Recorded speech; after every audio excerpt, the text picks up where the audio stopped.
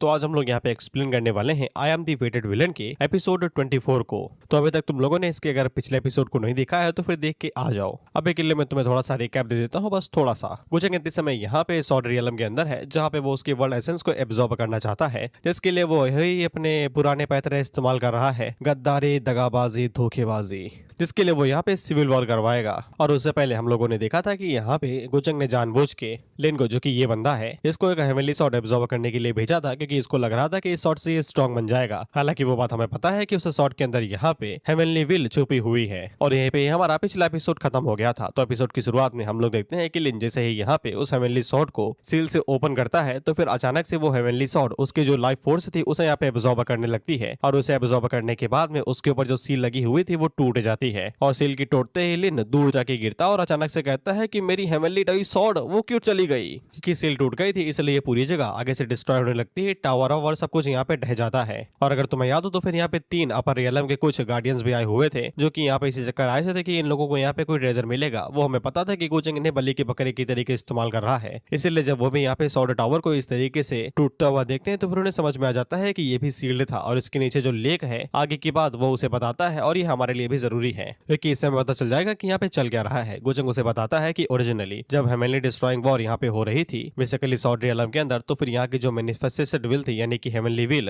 उसने यहाँ पे इस वर्ल्ड के जितने भी लिविंग बीइंग थे उन सभी को सैक्रिफाइस करने की कोशिश की थी, ताकि वो अपनी ट्रांसेंडेंट फॉर्म को यहाँ पे हासिल कर सके। लेकिन आखिर में वो हारा गया और उसको यहाँ पे सील कर दिया गया। उसकी सिर्फ एक फ्रैक्शन ऑफ कॉन्शियस ही जिंदा बची थी, जो कि यहाँ से भाग गई थी, जो कि उस बुढ़े का रूप था जिसको गुचेंग ने पहले ही खत्म कर दिया, जो यहाँ पे लिन को यहाँ पे भेजा था, ये बताते हुए कि वहीं पे ही तुम्हें वो सॉर्ड मिलेगी। जिसके बाद गुचेंग उसे लिन के बारे में बताता है कि ये उन्हीं एक्सपर्ट्स में से किसी का डिसेंडेंट है जिन्होंने हेवनली विल को यहाँ पे सील किया था। अब उनका जो डिसेंडेंट है वो यहाँ पे उस सील को अनलॉक करने के लिए आया है, सिर्फ उनका ही खून इस सील को अनलॉक कर सकता है। और इसी वजह से गुचेंग ने अभी तक उसे यहाँ पे जिंदा रखा हुआ था, जिसपे वोल्डर गुस्सा आ जाता है, कहते हुए कि साले तुझे सब कुछ पता था शुरुआत से, इसीलिए तू हम लोगों को यहाँ पे बलि के बकरे की तरीके इस्तेमाल कर रहा था ताकि ट्रेजर तू खुद हथिया सके। जिसके बाद वो चीखते हुए कहता है कि मैं तुम्हारी जान ले लूंगा। उतने में गुचेंग उसके ऊपर घूसे बरसा देता है, ये कहते हुए तुम्हारा स्क्रीन टाइम कुछ ज्यादा ही हो रहा है, तुम्हारा काम खत्म हुआ। और वो गचा गच भाई घूसे भर देता है उसके अंदर। वहीं पे दूर से हम लोग यहाँ पे स्नो सॉर्ड फेरी और साथ में जुवांडी के फादर को देखते हैं, और इन्हें यहाँ पे कुछ भी समझ में नहीं आ रहा था कि मैटर क्या चल रहा है। इन्हें बस इतना समझ में आया था कि गुचेंग ने यहाँ पे एक्सटर्नल स्काई के जो एक्सपर्ट्स है उन्हें यहाँ पे खत्म कर दिया है। वो पे स्नो फेरी को काफी अच्छे से पता था कि कुछ भी हो इन लोगों के फेवर में कोई भी चीज नहीं आने वाली है, क्योंकि उसे अच्छे से पता है कि अगर वो लोग यहाँ पे एक्सटर्नल स्काईज यानी कि अपर रियलम का सामना करेंगे तो फिर इन लोगों के पास जीतने का चांस है, लेकिन गुचेंग के खिलाफ में कोई भी चांस नहीं है, सिर्फ निराशा है। जिसके बाद हम लोग लिन को देखते हैं, जो कि आगे से चीख के बोल रहा था कि बुड्ढे ने उससे झूठ बोला, तेरी ही तो गलती थी जो तूने अनजान आदमी के ऊपर भरोसा कर लिया। खैर उतने में गुचेंग उसके पास आता है, जो कि उससे कहता है कि तुम्हारी वजह से शुक्रिया कि मुझे इस जगह के बारे में पता चल गया, और हाँ इस चीज के लिए भी शुक्रिया कि तुम्हारे एंसेस्टर ने जो अपनी जिंदगी दी थी इस जगह को सील करने के लिए, और तुम्हारी वजह से अब वो पूरी तरीके से आजाद हो चुकी है।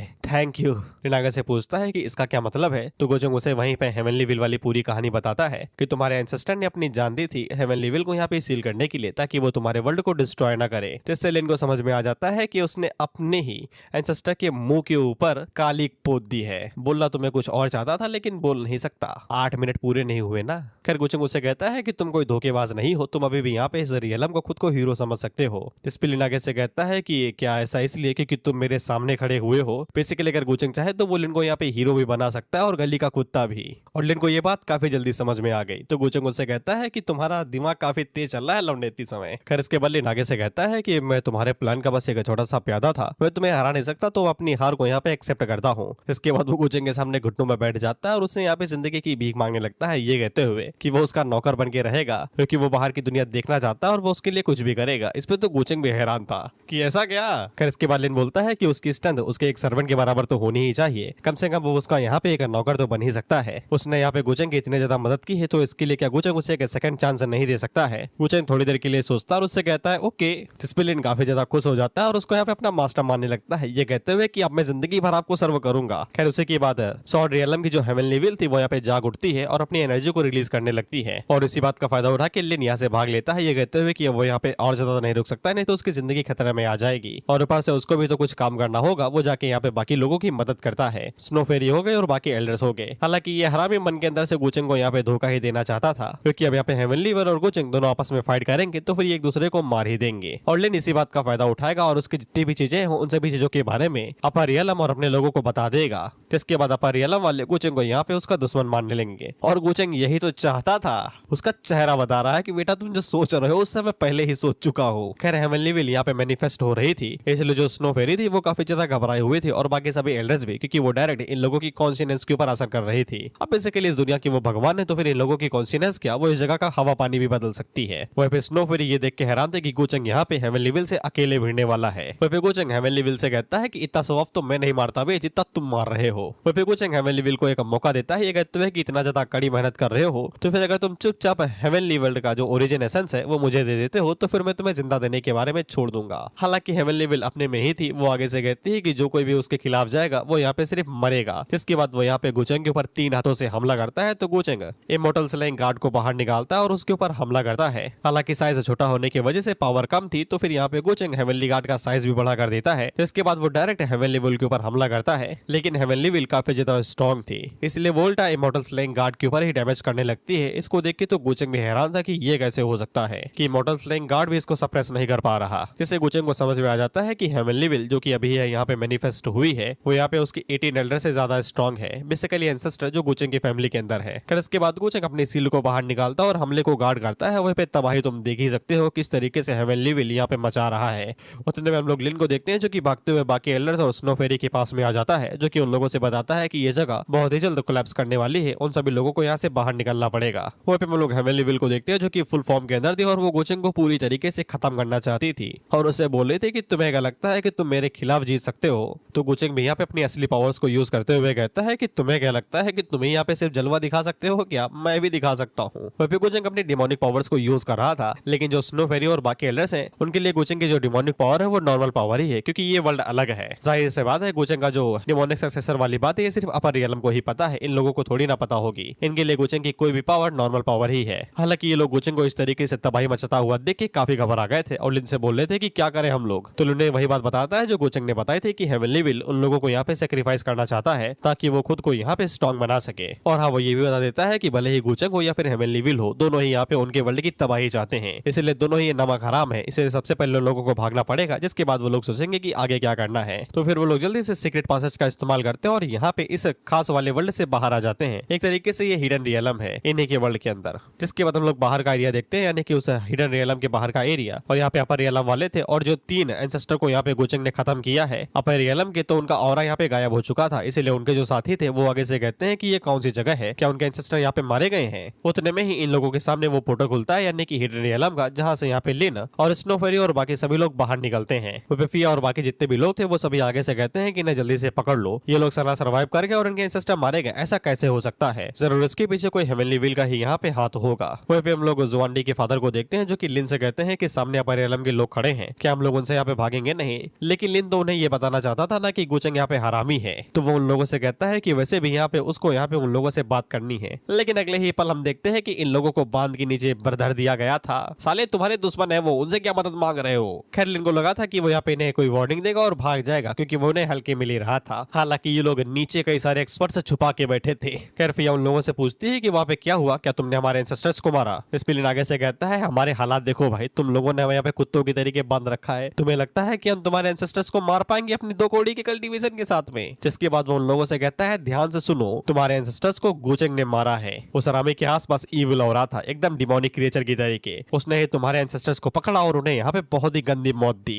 वहीं पे इन लोगों का रिएक्शन साफ पता चल रहा है कि ये लोग जानते हैं कि गुचेंग का हाथ है कहीं ना कहीं, लेकिन ये बोल नहीं सकते। खैर लेकिन लिन को ये बात पता नहीं कि ये लोग गुचेंग से कितना घबराते हैं। वो उन लोगों से कहता है कि अब तुम्हें सब कुछ समझ में आ गया ना, जल्दी से किलिंग अरे इस्तेमाल करो और गुचेंग जैसे ही बाहर आए उसे धड़ दबोचो। लेकिन उतने में भी आगे बढ़ती है जो कि लिन के मुंह के ऊपर एक जोरदार थप्पड़ मारती है और उससे कहती है तुम्हारी हिम्मत कैसे हुई हमारे गुचेंग मास्टर को इस तरीके से बेइज्जत करने की, क्या तुम हम दोनों के बीच में दरार डलवाना चाहते हो। वही भी लिन का तुम चेहरा देखो कि ब्रो कितना हैरान है। फिर इसके बाद फिया गार्ड से कहती है कि जाओ और जाके इसे तय खाने में बंद कर दो और खाना तो देना नहीं इसको बिल्कुल भी। लिन आगे से कहता है अगर तुम्हें मेरे ऊपर यकीन नहीं है तो फिर तुम मेरे ऊपर सोल सर्च का इस्तेमाल कर सकती हो, जिसके बाद तुम्हें सब कुछ दिख जाएगा कि जो मैंने देखा है। हालांकि वो लोग ये भी नहीं करते, जिससे लिन को समझ में आ जाता है कि ये सभी गुचेंग से डरते हैं कि उसके बारे में यहाँ पे कुछ भी नहीं बोल सकते। वो भी सभी आगे से बोल रहे थे कि गुचेंग यहाँ पे ऐसे कैसे कुछ बोल सकता है, इसका दिमाग खराब हो गया है क्योंकि ये मरने वाला है, इसके ऊपर कोई जड़ी बूटी डालो, इसका दिमाग खराब हो गया है। जिससे लिन को समझ में आ जाता है कि ये सभी गुचेंग से डरते हैं, वो भी इतना ज्यादा डरते हैं कि उसके ऊपर शक भी नहीं कर सकते। और वो हंसते हुए चला जाता है ये कहते हुए कि बहुत ही जल्द तुम लोगों का अपर रियलम भी बिल्कुल हमारे तरीके होगा। जिसमें वो सब यही बोल रहे थे कि दिमाग खराब हो गया, जल्दी लेके जाओ इसको और सर के बल लटकाना ताकि इसका दिमाग ठीक हो सके। फिर इसके बाद इंसेप्टर के गुचंग पे आ जाता है जो कि यहाँ पे उसी जगह पे था और ये हेवनली विल के साथ अभी भी फाइट कर रहा है। तो हेवनली विल छुपा हुआ है तो गुचंग उसे बड़े प्यार से बुलाता है कि बाबू बाहर आ जाओ, नहीं तो मैं इस पूरी जगह की लंका लगा दूंगा। उतने में ही हेवनली विल उसके पीछे से हमला करने की कोशिश करता है लेकिन गुचंग एक बार में ही उस चीज को डिस्ट्रॉय कर देता है। ये बोलते हुए कि ये सभी तरीके पूरी तरीके से यूजलेस है मेरे अगेंस्ट में, कुछ ऐसा इस्तेमाल करो जिसको मैं यहाँ पे हरा भी ना सकूं। जिसके बाद वो एक दूसरे प्रतिबिंब को भी यहाँ पे डिस्ट्रॉय कर देता है। वो पे हेलविल अब समझ में आ चुका था कि गुचंग हार तो मानने नहीं वाला। वो उसे बोलता है कि हम दोनों का आपस में कोई भी 36 का आंकड़ा नहीं है, तो फिर तुम मुझे पकड़ने के लिए इतना ज्यादा क्यों जज्बाती बन रहे हो। जिसपे गुचंग बोलता है कि यार तुम मुझे मारने की कोशिश कर रहे हो और मैं अगर फाइट बैक भी ना करूँ तो ये कैसा रहेगा। खैर इसके बाद हेवनली विल अपनी सबसे बड़ी गलती करता है कि वो गुचंग के सामने आ जाता है ये कहते हुए कि मैं तुम्हारी आखिरी इच्छा पूरी करे दे रहा हूँ। जिसके बाद वो अपनी ट्रू फॉर्म का इस्तेमाल करता है ये बोलते हुए कि मैंने बहुत लंबे अरसे से इसका इस्तेमाल नहीं किया है किसी के ऊपर हमला करने का। तुम्हें खुश होना चाहिए कि तुम इस हमले का सामना भी कर पाओगे या नहीं। खैर ये साइज में काफी ज्यादा बड़ा था इसलिए वो अपने पूरे पंजे से गुचंग को मसलने की कोशिश करता है और जैसा कि मैंने बोला था कि ये इसकी जिंदगी की सबसे बड़ी गलती है क्योंकि गुचंग उसी पल बाटली बाहर निकाल लेता है। और मुझे नहीं पता कि ये बाटली किस मिट्टी की बनी है, लेकिन जिस भी मिट्टी की बनी है कुछ ज्यादा ही भयानक मिट्टी है। हर कोई इसके सामने हार जाता है, हेवनली विल तक, क्योंकि अगले पल हम देखते हैं कि हेवनली विल के भी पानी निकल जाता है, पसीना देख रहे हो मुंह पे इसके। फिर इसके बाद गुचंग अपना कार्यक्रम शुरू करता है। तो हेवनली विल यहाँ पे चोटिल हो रही थी इसलिए ये पूरा वर्ल्ड भी पूरी तरीके से टूट रहा था। Heavenly will is equal to whole world, इसलिए जैसे जैसे हेवनली विल की यहाँ पे कमर कसती जा रही थी वैसे वैसे वर्ल्ड यहाँ पे डिस्ट्रॉय होते जा रहा था। जैसे जैसे गुचंग यहाँ पे हेवनली विल को खर्चा पानी दे रहा था वैसे वैसे वर्ल्ड के ऊपर यहाँ पे कई सारी आपदाएं आने लगती हैं। सुनामी हो गई, जमीन हो गई, भूकंप हो गया, वो सब कुछ हो रहा था क्योंकि हेवनली विल के साथ में इस वर्ल्ड के जितने भी रूल्स थे वो सभी टूटते जा रहे थे। इसलिए तबाही अपनी चरम सीमा पे थी। हम लोग यहाँ पे किंग के ग्रैंडफादर्स को देखते हैं और इन सभी को भी काफी ज्यादा चिंता हो रही थी कहीं इन लोगों का वर्ल्ड डिस्ट्रॉय ना हो जाए। किंग वही लड़की जिसको गुचंग ने यहाँ पे दायूं डायनेस्टी के अंदर बचाया था और वही यहाँ पे गुचंग को अपनी वर्ल्ड के अंदर लेके आई थी मसीहा समझते हुए। वही पे जो परियालाम वाले थे उनकी फट चुकी थी। वो आगे से कहते हैं भागो इससे पहले कि अगला नंबर हमारा लग जाए। ये तुरंत भाग रहे थे यहाँ से। जिसके बाद हम लोग फिया के छोटे भाई को देखते हैं जो कि यहाँ पे फिया से पूछता है कि उसको क्या लगता है कि यहाँ पे ईसन ड्यून के अंदर क्या हो रहा होगा। वो पे ये लोग सेफ जगह के अंदर थे, बेसिकली एक वाइड स्पेस है जहाँ पे ये लोग सेफ हैं। इसीलिए अगर 100 रियलम के अंदर आंधी तूफान भी आ जाए तो इन्हें कुछ भी नहीं होगा। हालांकि फिया के भाई को पता था कि जिस तरीके से तबाही मच रही है, जो आवाजें यहाँ पे आ रही हैं, आधे से ज्यादा वर्ल्ड पहले ही डिस्ट्रॉय हो चुका है। वो पे फिया काफी ज्यादा घबराई हुई थी क्योंकि अगर इसके पीछे गुचंग है तो फिर अगला नंबर इन लोगों की दायूं डायनेस्टी का भी हो सकता है और क्या ये लोग गुचंग के खिलाफ में सर्वाइव भी कर पाएंगे, ये भी बड़ी समस्या थी। खैर इसके बाद हम लोग गुचंग को देखते हैं जो कि यहाँ पे हेवनली विल को औकात में ले आया था और हेवनली विल उसके सामने एकदम छोटे बच्चे की तरीके मासूम तरीके से खड़ा था और इसके माथे के ऊपर बाटली अभी भी लटकी हुई है। एडिटर प्लीज इन्हें बाटली दिखा देना क्योंकि वो जरूरी है। गुचंग हेवनली विल से कहता है समझ में आ गया ना तुम कितने पानी में हो, अब चुपचाप बताओ कि मुझे ओरिजिन एसेंस कैसे मिलेगा इस दुनिया का। हेवनली विल पहले तो हैरान होता है लेकिन बाद में वो गुचंग को बताता है। हेवनली विल बताता है कि वर्ल्ड ओरिजिन एसेंस यहाँ पे अनपैरेलल स्ट्रेंथ होल्ड करता है, लेकिन वो स्ट्रेंथ यहाँ पे रेजिस्टेंट के तौर पे होती है, यानी कि जितने भी रहने वाले हैं उन सभी के रूप में होती है वो स्ट्रेंथ। इसलिए अगर ओरिजिन एसेंस को हासिल करना है तो यहाँ के जितने भी रहने वाले हैं, जितने भी हैं, चाहे वो पशु पक्षी कुछ भी हो, उन्हें पूरी तरीके से सेक्रीफाइस कर देना। इसलिए अगर गुचंग को वर्ल्ड ओरिजिन एसेंस चाहिए तो फिर उसे सिर्फ सिंपल काम करना है, इस वर्ल्ड को डिस्ट्रॉय कर देना है। गुचंग उससे बोलता है कि बस इतना ही, आगे कुछ भी नहीं है। तो हेवनली विल आगे से बताता है लेकिन जैसे ही तुम इस वर्ल्ड को डिस्ट्रॉय कर दोगे तो फिर तुम्हारे ऊपर यहाँ पे कर्माइक फायर इफेक्ट डालेगी, जिसके बाद कैजुअलिटी काफी ज्यादा बड़ी होगी जिसको तुम यहाँ पे पूरी तरीके से हैंडल नहीं कर पाओगे। कर्माइक फायर एक तरीके से यहाँ पे प्रतिशोध होगा वर्ल्ड का। अब तुम किसी के घर को डिस्ट्रॉय करोगे वो चुपचाप थोड़ी ना बैठेगा भाई, if he has power to fight back. वो भी गुचंग उससे कहता है ये सब कुछ पता होने के बावजूद तुमने ये सब कुछ अपने लिए किया। खैर इसके बाद यहाँ पे हेवनली विल जो बात बताने वाला है वो काफी ज्यादा जरूरी है। वो आगे से हंसते हुए कहता है कि मैं इंसान थोड़ी ना हूँ भाई, जैसे मैं इस वर्ल्ड का रियोनेशन एक तरीके से तबाही चालू कर दूंगा तो फिर इसको यहाँ पे natural cycle of birth and death समझा जाएगा। एक तरीके से यहाँ पे जीवन कभी खत्म नहीं होता, जैसे कि पत्थर गिरा था तो डायनासोर खत्म हो गए तो हमारा जीवन हुआ, उस तरीके से किसी दिन दूसरा पत्थर गिरेगा तो हम मरेंगे तो किसी दूसरे का जन्म होगा, उसी को ये बात बोल रहा है। और इसी कारण की वजह से यहाँ पे हेवनली विल के ऊपर कार्माइक फायर या फिर रात का कोई असर नहीं पड़ता, बल्कि उसे तो यहाँ पे कुछ मेरिट्स मिलते हैं ये काम करने की वजह से, जिससे उसकी स्ट्रेंथ ही बढ़ती है। और इसी बात का ओल्हा देते हुए वो यहाँ पे गुचंग से कहता है कि हम दोनों अलग इंसान है भाई, तुम्हें इस चीज के ऊपर गिव अप कर देना चाहिए। तो गुचंग आगे से कहता है बात तो सही है, मुझे ऐसा हैंडसम पर्सन और इतना ज्यादा दयालु ऐसा काम कैसे कर सकता है जो इतना घिनौना हो, इसलिए ये काम तुम मेरे लिए करोगे क्योंकि तुम इसके लिए बेहतर हो। जिसपे तो हेवनली विल हैरान था कि इसका क्या मतलब है, अभी समझ में आएगा, बस थोड़ा इंतजार करो तुम। खैर इसके बाद गोचंग यहाँ पर सीक्रेट रियोन से बाहर निकलता है तो अपनी ही तबाही को देख के कहता है कि काफी ज्यादा ठीक ठाक है। वहीं पे जैसा कि मैंने बताया था कि गोचंग जानबूझ के यहाँ पे हेवनली विल को फोर्स कर रहा है कि वो अपनी ट्रू फॉर्म के अंदर आए, तो वो इसलिए कर रहा था क्योंकि बाटली इसी तरीके से काम करती है, तो इस वजह से वो यहाँ पे हेवनली विल को ज्यादा अच्छे से कंट्रोल कर पाएगा। बाय द वे अगर तुमने देखा ना हो तो इसके माथे के ऊपर अभी भी बाटली लटकी हुई है। जब वो हैरान हुआ था, एडिटर दिखा दो भाई ने, बाटली जरूरी है, बाटली की पावर को समझो तुम लोग। भाई गोचंग ने सुपर ग्लू से बाटली चिपका दी है इसके माथे के ऊपर। वहीं पे गोचंग को काफी अच्छे से पता है कि यहाँ पे अपर रियलम के कई सारे ट्रू इमॉर्टल्स यहाँ पे मारे गए हैं, जिसके पीछे ऑफ कोर्स यहाँ पे गोचंग का ही हाथ है, और ये बात अपर रियलम वाले लोगों को भी पता है, लेकिन डर की वजह से वो कुछ कह नहीं रहे। लेकिन अगर ये सभी बातें अपर रियलम के अंदर चली गई तो फिर उसके बारे में बुरी भली बातें होने लगेंगी, और गोचंग को ये चीज बिल्कुल नहीं पसंद। हरामी है लेकिन दिल से नहीं,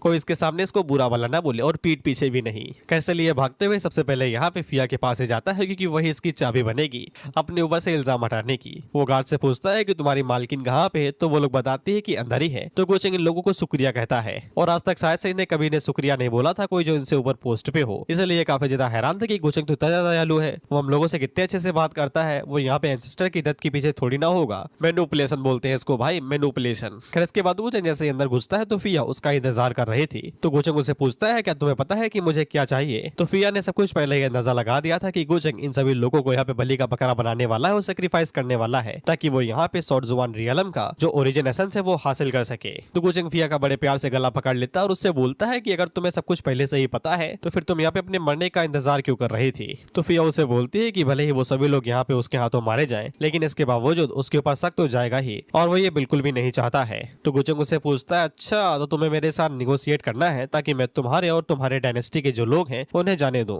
लेकिन दूसरे फैक्शंस के बारे में क्या, उन लोगों का क्या। इस पे फिया बड़े प्यार से बोलती है कि मरा हुआ इंसान बातें नहीं बताता। जिसपे गोचंग फिया की तरफ देखता और उसे बोलता है स्ट्रॉन्ग एंड स्मार्ट वुमन, अच्छी लगने लगी हो तुम मुझे अभी। हालांकि गोचंग फिया से कहता है अगर तुम चाहती हो कि मैं तुम्हारे लोगों को जाने दूं तो फिर तुम्हें इसके बदले में मेरे लिए कुछ और भी करना पड़ेगा। इसके बाद गोचंग उसे बोलता है कि तुम अपनी दायोन डायनेस्टी से कई सारे अलग अलग फैक्शन के लोग होंगे, उन्हें यहाँ पे बुला के लेके आओ। बेसिकली यहाँ पे जो लोग आए हुए हैं वो तो वापस नहीं गए, उनका तो मरना तय है, लेकिन गोचंग कुछ अपर रियलम से भी कुछ लोगों को यहाँ पे बुलाना चाहता है, जिनको वो शायद से यहाँ पे किसी तरीके से इस्तेमाल करेगा, वो मैं आगे बताऊंगा। इसके लिए गोचंग को यहाँ पे फिया की जरूरत है, जिसके लिए फिया मान भी जाती है, बेचारी के पास चॉइस ही कहाँ है। खैर इसके बाद हम लोग गोचंग को देखते हैं जो कि बाकी फैक्शन वाले लोगों को यहाँ पे बता रहा था, जो हेवनली विल करने वाली है, बेसिकली अपनी सील से आजाद हो चुकी है, सभी लोगों को डिस्ट्रॉय करने वाली है ताकि ट्रांसेंडेंट स्टेज को अचीव कर सके और ट्रू इमॉर्टल रियलम पे जा सके। और जब वो ये कर लेगी तो फिर वो यहाँ के जितने भी लोग हैं उन सभी की यहाँ पे धज्जियां उड़ा देगी और उनका भी नंबर लगेगा। तो फिर एक बंदा जो गोचंग के पीछे खड़ा था वो आगे से पूछता है कि कहीं हमारे एंसेस्टर इसी वजह से तो मारे नहीं गए क्या, फिर वो अभी भी जिंदा है। तो गोचंग आगे से कहता है कि शायद से वो लोग अभी भी यहाँ पे हेवनली विल के साथ में फाइट कर रहे होंगे। साले पचा गया तो इनको। और गोचंग ने ये वाली चीज जानबूझ के बोली क्योंकि फिया इसे के बाद बोलती है कि वो यहाँ पे 3 दिनों के लिए अपने रियलम से यानी कि अपर रियलम से कुछ आर्मीज को बुला रही है, ताकि वो सभी आके यहाँ पे जो 3 सीनियर्स जिनको गोचंग पहले ही खत्म कर चुका है उनको बचाने के लिए आ सके। तो इस तरीके से फिया यहाँ पे गोचंग के लिए एक्स्ट्रा सामान मंगवा रही है जो गोचंग ने बोला था। आई होप तुम्हें समझ में आ गया हो। वहीं पे कुछ लोग इतने ज्यादा उत्सुक थे कि वो लोग यहाँ पे इस चीज के अंदर हिस्सा लेना चाहते थे। जैसे कि फिया के पीछे ये बैंगनी कलर में लड़की खड़ी है, वो कहती है कि मैं भी इसके अंदर हिस्सा लूंगी, मुझे भी अपने सीनियर्स को बचाना है। फिर इसके बाद फिया गोचंग को यहाँ पे लिन से मिलवाती है, ये कहते हुए कि ये वही है जो कि यहाँ पे तुम्हारा इल्जाम लगा रहा था, ये कहते हुए कि तुम यहाँ पे इविल पर्सन हो। फिर लिन जैसे ही गोचंग को देखता है तो वो काफी ज्यादा घबरा जाता है, लेकिन हम लोग स्नो फेरी को देखते हैं और उसे गोचंग से कोई भी बात नहीं करनी थी। और स्नो फेरी के लिए मुझे बुरा लग रहा है, उसका जो ट्रस्ट है वो पूरी तरीके से टूट चुका है। होता नहीं पूरी तरीके से उम्मीद छोड़ दो, वो वाला रिएक्शन है। और उसी पे ही सोने पे सुहागा गोचंग ऐसा रिएक्शन दे रहा था, मतलब हरामी बना लार से टपक रहा है। और वो उन लोगों से कहता है ऑफ कोर्स मैं तुमसे बात करने के लिए आया हूँ, तुम्हें आजाद जो करना है।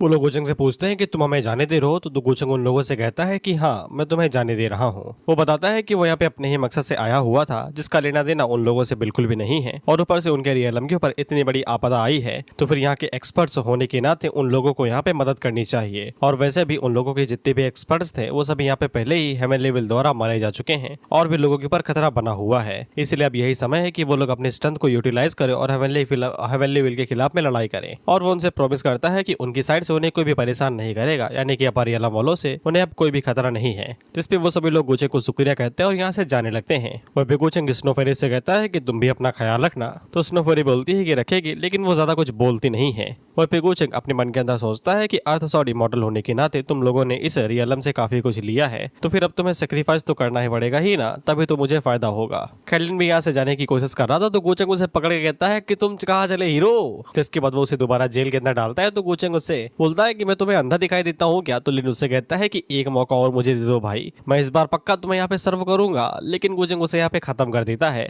जिसके बदले में उसे यहाँ पे सिस्टम की तरफ से एक चेस्ट मिलता है। अब गुचेंग को सिस्टम की रिवॉर्ड से कोई लेना देना नहीं है, वो रिवॉर्ड पूरी तरीके से यूजलेस है उसके खिलाफ में। और फिर गुचेंग फिया से कहता है कि जो हम लोगों ने प्लान किया था उसे रेडी करो। मैं अगले 3 दिनों के अंदर जितने भी अपर रियलम के फंक्शन है, बेसिकली जिनको वो यहाँ पे बुलाना चाहता है, वो यहाँ पे जितनी जल्दी हो सके उतने जल्दी आए, जिसके लिए फिया यहाँ पे तैयारियां शुरू कर देती है। खैर इसके बाद अगला सीन यहाँ पे सॉर्ड रियलम के कॉन्ग माउंटेन का होता है, जहाँ पे सभी लोग एक दूसरे के साथ मिलते हैं। अब ये सभी इसी बारे में बात कर रहे थे, क्या इन लोगों को यहीं पे रुक के फाइट करनी चाहिए या फिर यहाँ पे जो उनके बचे कुछ लोग हों उनको लेके यहाँ से भाग जाना चाहिए। और पिकिंग को अभी भी शायद से गुचेंग के ऊपर कुछ ज्यादा ही भरोसा था, बेसिकली तो था ही, उसने देखा कहा है गुचेंग के असली रूप को। इसलिए वो स्नो फेरी से कहती है क्या उन लोगों को गुचेंग से मदद नहीं मांगनी चाहिए। जिसपे स्नो फेरी गुचेंग के रंग को याद करते हुए बोलती है कि बढ़िया यही रहेगा कि हम लोग उससे कुछ भी ना मांगे, अब उन लोगों को यहाँ पे अपने ऊपर ही सब कुछ करना पड़ेगा। जिसके बाद वो पीछे मुड़ती है और बाकी लोगों से कहती है कि हेवनली विल को उन लोगों ने यहाँ पे एक बार सील किया था, बेसिकली उनके एंसेस्टर ने किया था, तो फिर इस बार बारी है कि वो लोग करें जो उनके एंसेस्टर ने किया था। वो लोग हैं वही लोग यहाँ पे सबसे स्ट्रॉन्गेस्ट पीपल हैं इस पूरे रियलम के अंदर। अगर वही लोग अपने घर को छोड़ के भाग जाएंगे तो फिर वो लोग कायर कहलाएंगे। अगर वो लोग यहाँ पे सक्सेसफुली भाग भी गए तो फिर ये लोग अपने एंसेस्टर का सामना कैसे करेंगे। और ऊपर से ये बताने की जरूरत नहीं है कि अपर रियलम की आर्मी भी यहाँ पे आ रही है अपने एंसेस्टर्स को बचाने के लिए। वो लोग यहाँ पे शायद से हेवनली विल के खिलाफ में जीत सकते हैं, लेकिन वहाँ पे अपर रियलम के खिलाफ में बिल्कुल भी नहीं। जिस पे ये सभी लोग पूरी तरीके से फैसला करते हैं कि अब ये भागेंगे नहीं, हेवनली विल के खिलाफ में लड़ाई करेंगे, क्योंकि अगर ये भागी हुए तो फिर यहाँ पे जो लोग बचेंगे उनके बारे में क्या। इसलिए ये लोग हेवनली विल के खिलाफ में जीतने के लिए तैयारी करने लगते हैं। और स्नो फेरी अपने मन के अंदर सोचती है कि शायद से यही इन लोगों का भाग्य है। जिसके बाद हम लोग दायून डायनेस्टी को देखते हैं, जहाँ से एंट्रेंस बन गई थी, जिसकी वजह से ये लोग अब यहाँ पे सॉर्ड रियलम के अंदर जाएंगे और सभी लोग अपने एंसेस्टर्स को बचाने के लिए यहाँ पे अपनी अपनी तरफ से आर्मी भेज रहे थे। वहाँ पे हम लोग टोबायाओ के बड़े भाई को भी देखते हैं। उम्मीद करता हूँ कि तुम इसके बारे में भूले नहीं होगे। लिन से पहले भी एक बंदा था जिससे गुचेंग कुछ हिसाब किताब रखना चाहता था। है टोबायाओ का जो भाई था वो आगे से कहता है कि अब वो लोग अपने एंसेस्टर्स को बचाने के लिए इतने लोग भेज रहे हैं, ये जरूरी भी है। जिसपे फिया का भाई आगे से कहता है कि उसकी बड़ी बहन ने बोला था कि जितने ज्यादा लोग भेज सको उतने ज्यादा भेज दो, और अगर वो लोग तादाद में रहेंगे तो फिर ये लोग और भी ज्यादा सेफ रहेंगे।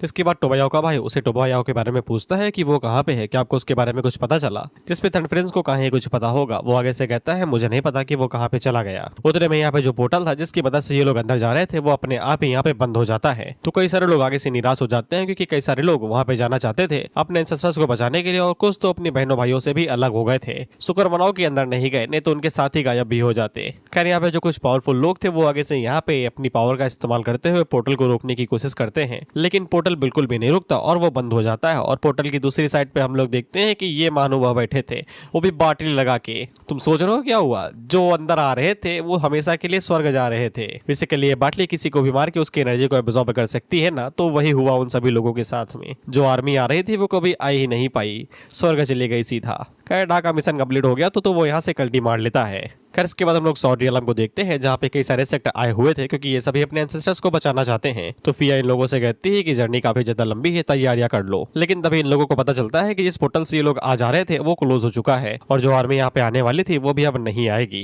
जिससे इन्हें समझ में आ जाता है कि अब ये वर्ल्ड पूरी तरीके से डिस्ट्रॉय होने वाला है। अब यहाँ पे कोई भी इधर उधर नहीं जा पाएगा, सब लोग यहीं पे ही मारे जाएंगे। फिया इन लोगों से कहती है कि जल्दी से सामान बांध लो, जितनी जल्दी हो सके उतनी जल्दी हम लोगों को इस जगह से भागना पड़ेगा। बाकी ये लोग अभी भी अपने एंसेस्टर्स को बचाने के लिए जाना चाहते थे।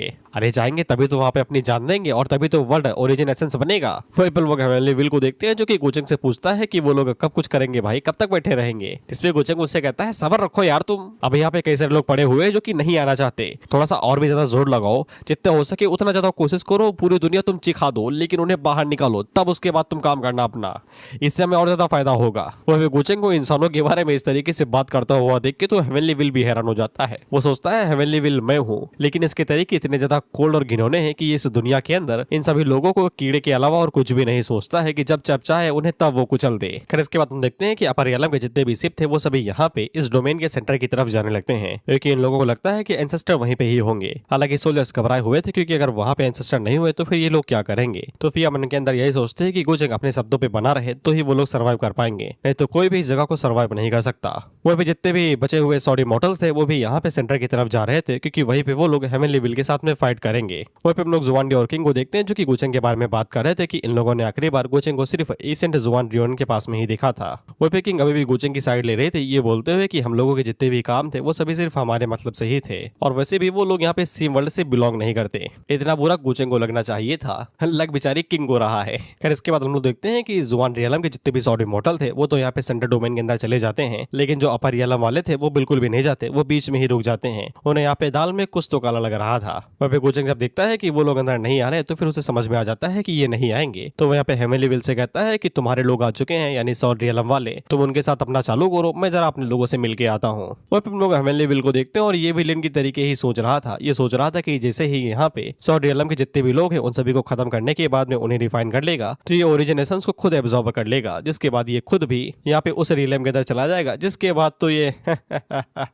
इस तरीके से हंसता है। खैर हम लोग देखते हैं कि गोचंग हमेशा 2 कदम आगे की सोचता है, तो उसने यहाँ पे सेंट्रल डोमेन से बाहर ही कई सारे यहाँ पे सैक्रिफाइसल रिचुअल रून्स बना दिए थे, यानी कि ये लोग सेंट्रल डोमेन के अंदर ना भी आते तो भी इनका मरना तय था। वहीं पे ये सभी लोग सैक्रिफाइसल रिचुअल रून्स को देख के घबरा जाते हैं कि इतना सब कौन कर सकता है भाई, कि इन लोगों को मजबूर किया गया यहाँ पे लाने के लिए, जिसके बाद जितने भी पोर्टल्स थे उन्हें भी क्लोज कर दिया गया। तो इसके बाद यहाँ पे हर किसी की लाइफ फोर्स को एब्जॉर्ब करने के लिए सैक्रिफाइसल रिचुअल भी बनाया गया। इन सभी लोगों को यहाँ पे बस नॉरिसमेंट के तरीके देखा जा रहा है, एक तरीके से एनर्जी, इसलिए वो सभी फिया की तरफ सवाल उठाते हैं, क्योंकि वही यहाँ पे इन्हें लेके आई थी। और फिया इन लोगों से यही बोलती है कि मुझे कुछ भी ना बोलो भाई, मैं तो बस यहाँ पे ऑर्डर्स फॉलो कर रही थी। जिसपे वो सभी बोलते हैं किसका ऑर्डर फॉलो कर रही थी, बताओ तो सही, तुम यहाँ पे दायून डायनेस्टी से हो तो फिर तुम्हें पक्का एम्परर यू ने ही ये सभी ऑर्डर्स दिए होंगे। उतने में ही गुचेंग इन लोगों के सामने आता है और उन लोगों से कहता है कि वो मेरे ऑर्डर्स फॉलो कर रही थी। वहीं पे ये लोग गुचेंग की अपीयरेंस से बिल्कुल भी हैरान नहीं होते, क्योंकि इन्हें पता था कि गुचेंग हरामी है, इसलिए वो उसे ये नहीं बोलते कि तुम ये कैसे कर सकते हो, वो बस इससे इतना बोलते हैं कि तुम्हें डर नहीं लग रहा क्या, ये सब कुछ करने के बाद में तुम्हारे साथ बाद में जो होगा।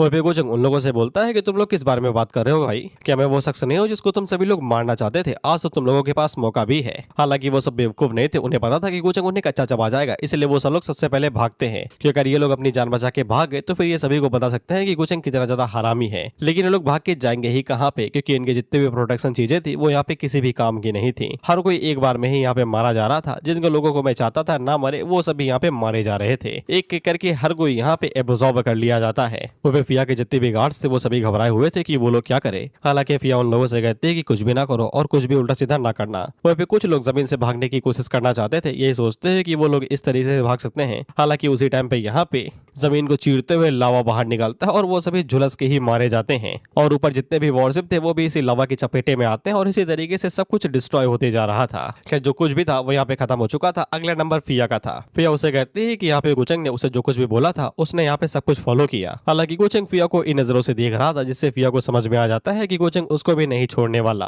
गुचेंग का शुरुआत से प्लान यही था कि कोई भी इस जगह को छोड़ के नहीं जाएगा, सब लोग यहीं पे ही मरेंगे। इसके बाद सिंसियर होके इन लोगों पे आ जाता है सॉडी मॉडल्स के ऊपर। ये सभी लोग इस जगह पे आ तो गए थे, हालांकि यहाँ पे इन्हें कुछ भी समझ में नहीं आ रहा था कि मैटर क्या चल रहा है। हालांकि स्नो फेरी उन लोगों से कह रहे थे कि पूरी तरीके से अलर्ट रहना, किसी भी पल इन लोगों के ऊपर यहाँ पे हेवनली विल हमला कर सकती है। उतने में ही जुआनडी को उसके फादर दिखाई देते हैं, तो वो उस तरफ जाने लगती है बिना कुछ सोचे समझे। ऑफ कोर्स इसके चेहरे से ही पता चल रहा है कि ये मैनिफेस्टेड विल है, बेसिकली हेवनली विल, जो कि जुआनडी के पास आते ही उसके सीने के अंदर अपना हाथ घुसा देता है और उसका दिल चुरा लेता है। खैर इसके बाद हेवनली विल इन सभी लोगों के सामने आता है और उन लोगों से बताता है कि इंसानों के लिए उनकी इमोशंस ही सबसे बड़े डाउनफॉल का रीजन बनते हैं। इसके बाद हम लोग एक और सॉडी मॉडल को देखते हैं जो कि तेजी से हमला करने के लिए आगे बढ़ता है हेवनली विल के ऊपर। ये बताते हैं कि वो एक खास तरीके की टेक्निक इस्तेमाल कर रहा है, और उसकी ये टेक्निक इतनी ज्यादा स्ट्रॉन्ग है कि दुनिया के अंदर कोई भी इसे डॉज नहीं कर सकता। और सभी लोग कह रहे थे कि आज तक कभी भी ये हारा नहीं है इस टेक्निक का यूज करते हुए। दुनिया के अंदर कोई भी नहीं डॉज कर सकता, वो खुद ही दुनिया है, वो कर सकता है। इसके बाद अगले ही पल हम लोग बूढ़ों को उड़ता हुआ देखते हैं और उनकी शॉट की भी धज्जियां उड़ जाती हैं और वो इनके पास आध भरी हालत में आके गिरता है। वहीं पे हेवनली विल इन लोगों से कहता है कि एक साथ हमला करो तो तुम्हारा और मेरा दोनों का ही टाइम बचेगा।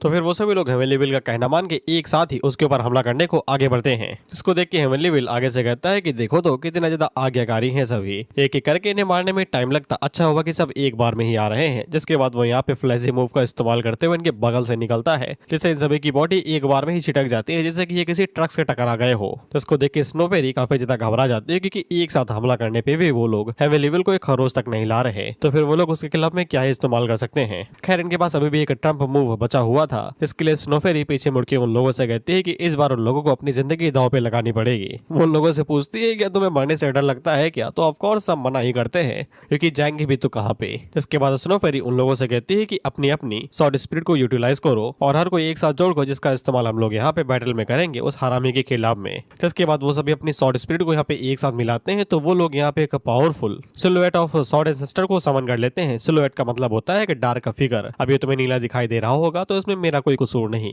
खैर जो सिलुएट आया था ये यहाँ पे सॉर्ड इमॉर्टल डोरियलम के सिल्वर पीक पे था, जो ऑफकोर्स काफी ज्यादा स्ट्रॉन्ग था। जिसको देख के यहाँ पे ऑफकोर्स हेमिलीविल हैरान हुआ था, क्योंकि उसने कभी सोचा भी नहीं था कि ये लोग इस तरीके का ट्रम्प कार्ड अपने पैलों तले छुपा के रखेंगे। जिसके बाद वो भी अपनी फॉर्म को यहाँ पे समन करता है और अपने साइज को सिल्वर तक का यहाँ पे बड़ा कर लेता है।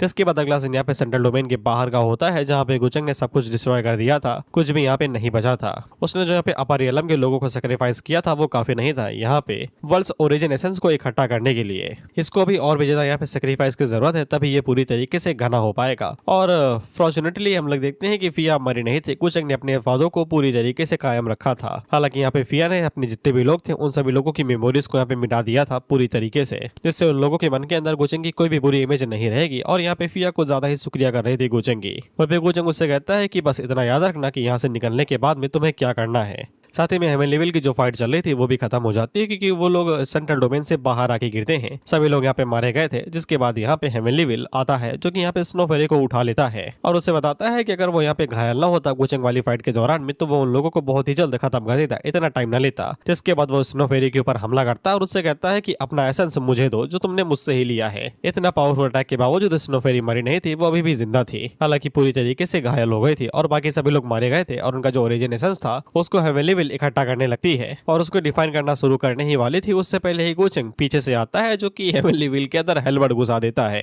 जिसको देख के हेमिलीविल वही अपनी आइकॉनिक लाइन बोलता है कि खुद गए गुरु। खैर इसके बाद वो पीछे मुड़ के गुचंग से कहता है कि तुमने तो बोला था कि अगर मैं तुम्हारे साथ कोऑपरेट करूं तो फिर तुम मुझे जिंदा रहने दोगे और अपने साथ रखोगे। अब तुम अपने शब्दों से मुकर रहे हो। गुचंग उससे कहता है कि मुझे ऐसे सर्वेंट की जरूरत नहीं है जो कि हमेशा से अपने मास्टर को धोखा देने के बारे में सोचे। इसके बाद गुचंग हेमिलीविल को हमेशा के लिए खत्म कर देता है, तो वो उसे सिर्फ श्राप दे के जाता है। वहीं पे स्नोफेरी की आखिरी सांसें चल रही थी, तो वो गुचंग की सारी असलियत देख लेती है। तो गुचंग उसे पास आता है और उससे बोलता है कि मेरे साथ अपर रियलम में चल के मेरे साथ काम करना चाहोगी। तो स्नोफेरी गुचंग से बस एक आखिरी सवाल पूछना चाहती थी, क्या वो शुरुआत से ही उन लोगों को मैनिपुलेट करके उनसे अपना फायदा निकलवा के उन्हें इस्तेमाल कर रहा था। जिसपे गुचंग सोचता है और उसे बताता है कि उसके बिना भी वो लोग यहाँ पे मरने ही वाले थे। जिससे स्नोफेरी को उसका जवाब मिल जाता है, जो कि हाँ ही था। तो स्नोफेरी यहाँ पे मारी जाती है। वो गुचंग के ऑफर को यहाँ पे ठुकरा देती है, जिससे गुचंग भी इम्प्रेस हुआ था। पहली बार था कोई जो मरना पसंद करता है गुचंग के लिए काम करने की जगह पे। जिसके बाद गुचंग किंग के पास जाता है और उससे कहता है कि तुमने मुझे सेवियर बोला था, तो फिर मैं तुम्हें यहाँ पे एक अच्छा रिकॉग्निशन देता हूँ, जिससे तुम दोनों की जिंदगी बढ़िया होगी। वो जुवांडी को भी इसमें शामिल कर रहा है। उसकी बॉडी नहीं ना यहाँ पे वो व्हाइट स्पेस के अंदर ही पड़ी हुई है। और वे गुचंग इन लोगों को रिकॉग्निशन इसलिए दे रहा है, जैसा कि मैंने तुम्हें बताया था कि ये वर्ल्ड डिस्ट्रॉय भी हो जाएगा तब भी साइकिल चलता रहेगा लाइफ एंड डेथ का।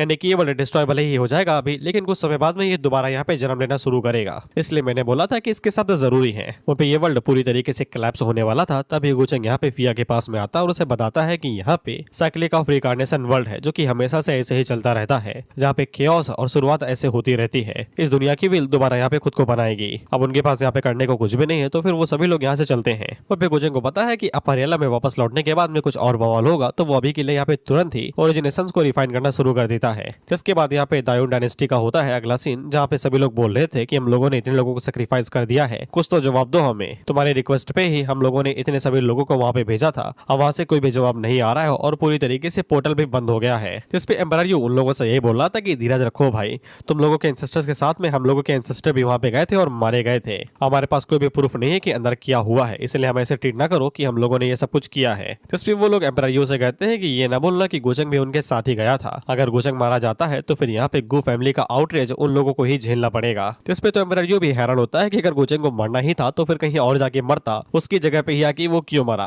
खैर एम्परर ये उन लोगों से कहता है कि हम लोग पैलेस में चलते ये सभी बातें करते हैं कि आगे क्या करना है। उतने में यहाँ पे पोर्टल खुलता है और वहां से सिर्फ एक ही वॉरशिप बाहर निकलता है, जो कि ऑफ कोर्स फिया और गुचेंग का ही था। हालांकि उस वॉरशिप में सिर्फ फिया ही थी, गुचेंग नहीं था। टोबायाओ का भाई यहाँ पे आता है, जो कि फिया से पूछता है कि क्या हुआ, कुछ बताओगी। जिसपे फिया अपनी नौटंकी बताती है कि वो लोग एक ट्रैप के अंदर फंस गए थे, जो कि हेवनली विल ने बनाया था, जिसके चलते वो सभी लोग मारे गए। टोबायाओ अपने भाई के बारे में पूछता है तो फिया आगे से माफी ही मांगती है, क्योंकि गुचेंग ने तो उसे खत्म कर दिया था। जिसके बाद वो टोबायाओ के भाई को दिलासा देते हुए निकल जाती है, ये कहते हुए कि उसे अपने बाप को और भी कई सारी चीजें बतानी है। वो फिर टोबायाओ काफी ज्यादा घबराया हुआ था, क्योंकि अगर यहाँ पे उसके भाई को कुछ हो गया है तो फिर इनकी बहन के साथ क्या होगा। बोले ना हो तो मैं तो बता दूं कि गुचेंग ने यहाँ पे टोबायाओ की बहन को भी उठवा लिया था वुडी के हाथों। अब वो लोग यहाँ पे गुचेंग का सामना कैसे करेंगे।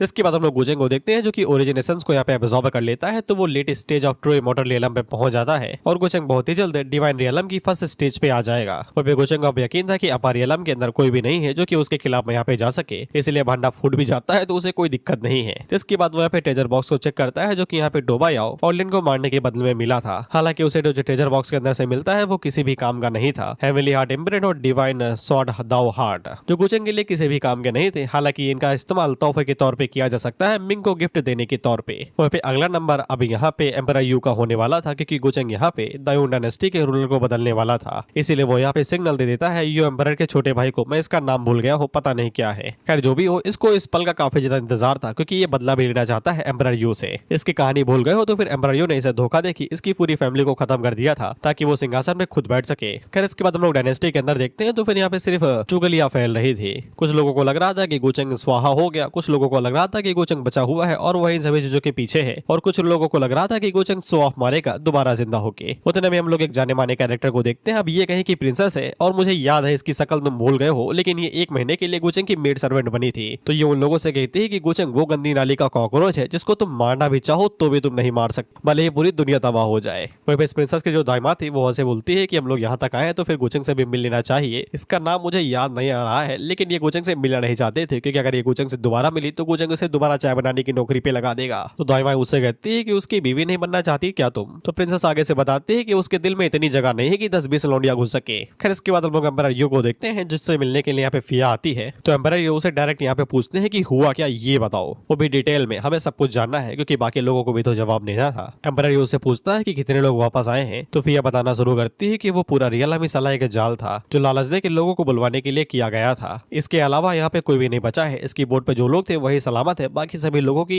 जिंदगी स्वाहा हो चुकी है। जिसपे जो बाकी फैक्शन वाले थे वो आगे से कहते हैं ट्रैप, सही से बताओ भाई, तुम्हारे अलावा सब मर गया, ऐसा कैसे हो सकता है, और तुम्हें सिर्फ यहाँ पे जिंदा आ पाई, ऐसा कैसे हो सकता है। तो फिर इन लोगों को वही कहानी चिपती है जो गुचेंग ने चिपी थी, ये बताते हुए कि इन लोगों जो हेवनली विल थी वह पे ट्रांसेंडेंट रियलम पे जाना चाहती थी, जिसके लिए उसने यहाँ पे अपने रियलम के लोगों के साथ साथ इन लोगों के रियलम को भी फर्टिलाइजर की तरीके इस्तेमाल कर लिया। जिसके बाद शायद से वो एक रिकॉर्डिंग स्टोन भी बाहर निकालते हैं, जो कि सबूत के तौर पे वो उन लोगों को देती है, जिसके अंदर हेवनली विल सच में वही काम कर रहा था, लोगों को मसल के फर्टिलाइजर की तरीके इस्तेमाल कर रहा था। बाय द वे इस स्टोन की रचना गुचेंग ने ही की है, जिससे अब उन सभी लोगों को फिया की बात के ऊपर यकीन हो जाता है कि फिया झूठ नहीं बोल रही है। हेवनली विल ने सच में उन लोगों को ट्रैप करके फंसा दिया था और उनकी फील्डिंग सेट कर दी। तो फिया अपना एक्सपीरियंस बता रहे थे कि वो काफी ज्यादा टेरिफाइंग था, वो सभी घबरा गए थे।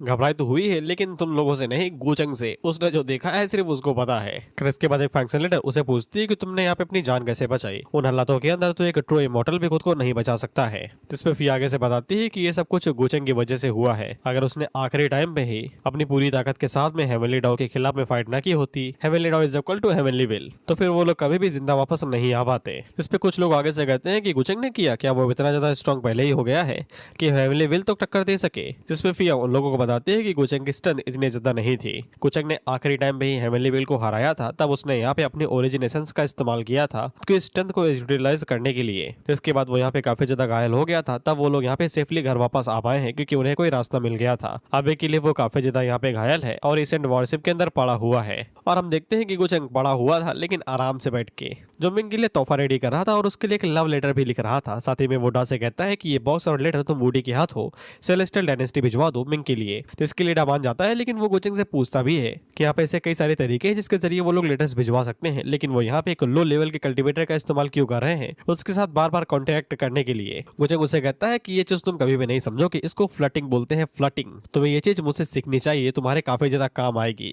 तो डाफने मन के अंदर सोचता है कि वो सीख तो ले, लेकिन लेटर किसको लिखेगा भाई? ये गोचेंग है जो उसके साथ बात करता है, और किसको वो लिख सकता है लेटर। खैर गोचेंग का लेटर भी दिखाया जाता है जो रोमांटिकली लिखा गया था। इसमें ये लिखा गया था कि वो काफी ज्यादा परेशान है, उसकी हड्डियां टूट रही हैं, वो बहुत ज्यादा स्ट्रगल कर रहा है, उसको सिर्फ मिंग की याद आ रही है, वगैरह वगैरह। खैर इसके बाद हम देखते हैं कि जितने भी फंक्शन वाले थे वो सभी यहाँ पे एशियंट वॉरशिप तक पहुंच जाते हैं जहाँ पे गोचेंग इतने समय रुका हुआ है। वहीं पे इन सभी लोगों को शक हो रहा था कि गोचेंग यहाँ पे बिल्कुल भी घायल नहीं होगा, मस्त भला चंगा होगा, और अगर ऐसा होता है तो फिर सबको समझ में आ जाएगा कि इन सभी चीजों के पीछे उसी का ही हाथ था। इसलिए ये लोग पूरी तैयारी के साथ में आए थे। खैर इसके बाद ये लोग दरवाजा खटखटाते हैं। वहीं पे इन लोगों को कई सारा टाइम बीत जाता है, लेकिन इसके बावजूद दरवाजा नहीं खोलता। तो ये लोग फॉरबिडन टेक्निक का इस्तेमाल करते हैं दरवाजा खोलने के लिए, लेकिन तभी अचानक से दरवाजा खुद खुल जाता है। और जब ये लोग अपने सामने देखते हैं तो फिर इन्हें यहाँ पे गोचेंग दिखाई देता है, और क्या ही बोलूं मैं, ऑस्कर लाओ भाई के लिए। खैर गोचेंग मरी हुई हालत में उड़ता है और उन लोगों से बोलता है कि तुम लोग यहाँ पे क्यों आए हो, उसके आराम को यहाँ पे परेशान करने के लिए। कहीं वो लोग इस बात का फायदा तो नहीं उठाना चाहते और उसको,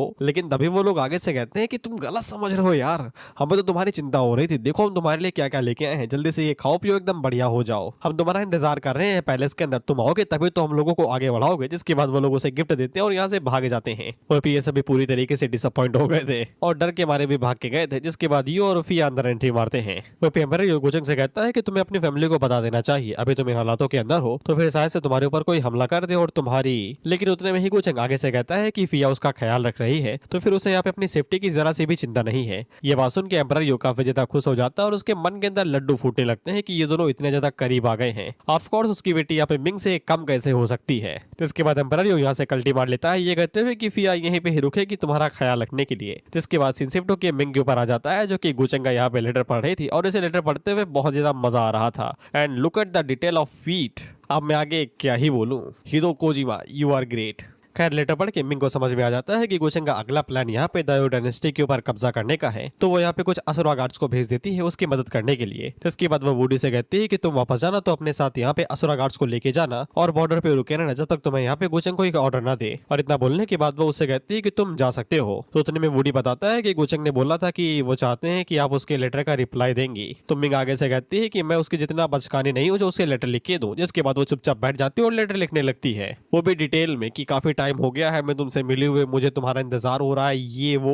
जिसको देखिए बूढ़ी हैरान था कि ये तो बोल रही थी नहीं लिखेगी, ये कैसा रिएक्शन है। खैर इसके बाद गोचेंग को यहाँ पे उसका लेटर मिल जाता है तो उसे भी मजा आ जाता है लेटर पढ़ के। और फिर गोचेंग भी खुश हुआ था कि उसके पास असुरा गार्ड्स आ गए हैं तो फिर उसका प्लान बिल्कुल भी फेल नहीं होगा। जिसके बाद हम देखते हैं कि यहाँ पे बाइलियान भी थी, जो गोचेंग उसे बोलता है कि तुम्हारी कल्टीवेशन चलो ठीक ठाक चल रही है, बहुत ही जल्द कॉसी सॉवरेन रियलम के अंदर ब्रेक थ्रू कर जाओगी। जिस पे बाइलियन आगे से कहती है कि तुम्हारे दिए हुए लेजर इतना ज्यादा हैवी है कि खा के दिमाग खराब हो जाता है, अब उनसे ब्रेक थ्रू नहीं करूंगी तो फिर करूंगी क्या। तो गोचेंग मुझसे कहता है कि थोड़ा प्यार से बोल लोगे तो फिर तुम्हारा कुछ चला थोड़ी नहीं जाएगा यार। जिसपे बाइलियन कहती है कि मुझे तुम्हारी बीवी नहीं बनना, तो फिर मैं प्यार से बात क्यों करूं। खैर इसके बाद गोचेंग उन लोगों से कहता है ठीक है अभी के लिए इतना काफी है, तुम लोगों का अगला मिशन यहाँ पे यू टियानजेंग के साथ कॉपरेट करने का है ताकि हम लोग दायो डायनेस्टी को अपने कब्जे में ले सके। यू टियानजेंग एमरायो के छोटे भाई का है, नाम याद आ गया। वह बाइलियन के साथ में एक लड़की थी जो कि डाकू देख रही थी और गोचेंग उन्हें नजरें मिलाते हुए देख लेता है। वह हम लोग वुडी को देखते हैं जो कि यहाँ पे बाइलियन से पूछता है कि आप गोचेंग के साथ इस तरीके से बात करती हैं, आपको डर नहीं लगता कि वो आपको मार देगा। इस पे बाइलियन बताती है कि वो तुम्हें दिखने में डरावना लगता होगा, लेकिन अगर तुम पर्सपेक्टिव से देखो और उसके साथ लॉयल रहो और उसके बारे में ना बुरा सोचो और उसको धोखा देने के बारे में ना सोचो तो वो तुम्हें कभी भी परेशान नहीं करेगा। तो इस पे वुडी आगे से कहता है धोखा देने के बारे में सोचो, किस्तों पे जी रहा हूँ, ये भी नहीं कटवानी मुझे। खैर उनके जाने के बाद में गोचेंग एक बड़े भाई की तरीके डाको एडवाइस देता है कि जो सेंडोन है वही लड़की जो हम लोगों ने देखा था, ये शायद से बाइलियन के साथ में आई थी किसी मिशन के दौरान में। कुछ खास डिटेल इसके बारे में नहीं दी गई थी, मैं बता दूं तुम्हें यार जरूरी है। तो गोचेंग उसे कहता है कि सेंडोन शायद से तुम्हें पसंद करती है, तो मैं जो देख रही थी।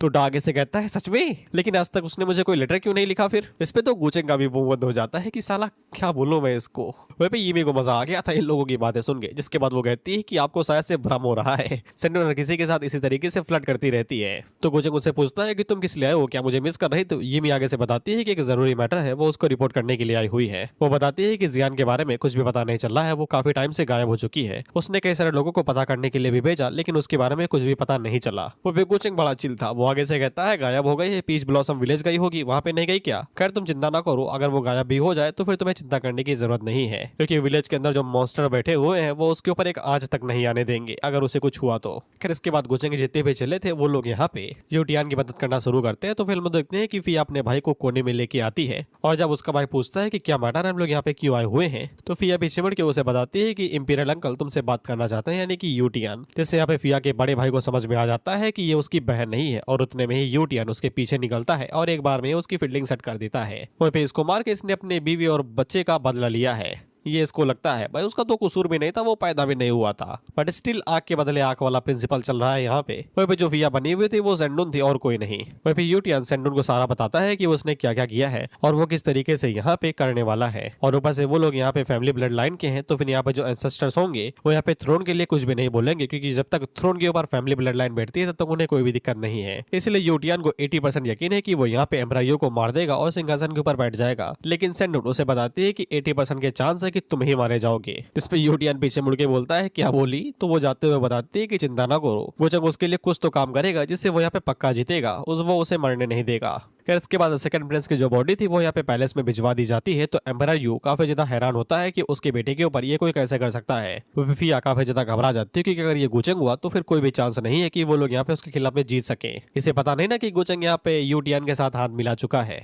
वहीं पे यूटियान के जितने भी सोल्जर थे वो सभी भी अब किंगडम के ऊपर हमला करने लगते हैं, क्योंकि उसका यही प्लान था। वहीं पे हम लोग टोबायो की फैमिली को देखते हैं जो कि यहाँ पे उन सभी रेबल्स के खिलाफ में फाइट कर रहे थे उन्हें रोकने के लिए। उतने में ही हम लोग देखते हैं कि यहाँ पे डिक्लेरेशन हो जाता है चैलेंज के लिए। ऐसा चैलेंज यहाँ पे सिर्फ फैमिली ब्लड लाइन के बीच में हो सकता है सिंहासन के लिए, जो कि यहाँ पे यूटियान ने किया है एम्परर यू को चैलेंज करने के लिए। जिससे सब लोगों को समझ में आ जाता है कि यहाँ पे यूटियान ने ही फर्स्ट प्रिंस को मारा है ताकि वो चैलेंज कर सके, और इसीलिए वो यहाँ पे इस तरीके से सब कुछ कर रहा था। वहाँ पे फिया ये देख के काफी ज्यादा खुश हो जाती है कि ये यूटियान है, गुचेंग नहीं, क्योंकि अगर ये गुचेंग होता तो दायून डायनेस्टी बिल्कुल भी नहीं बचती।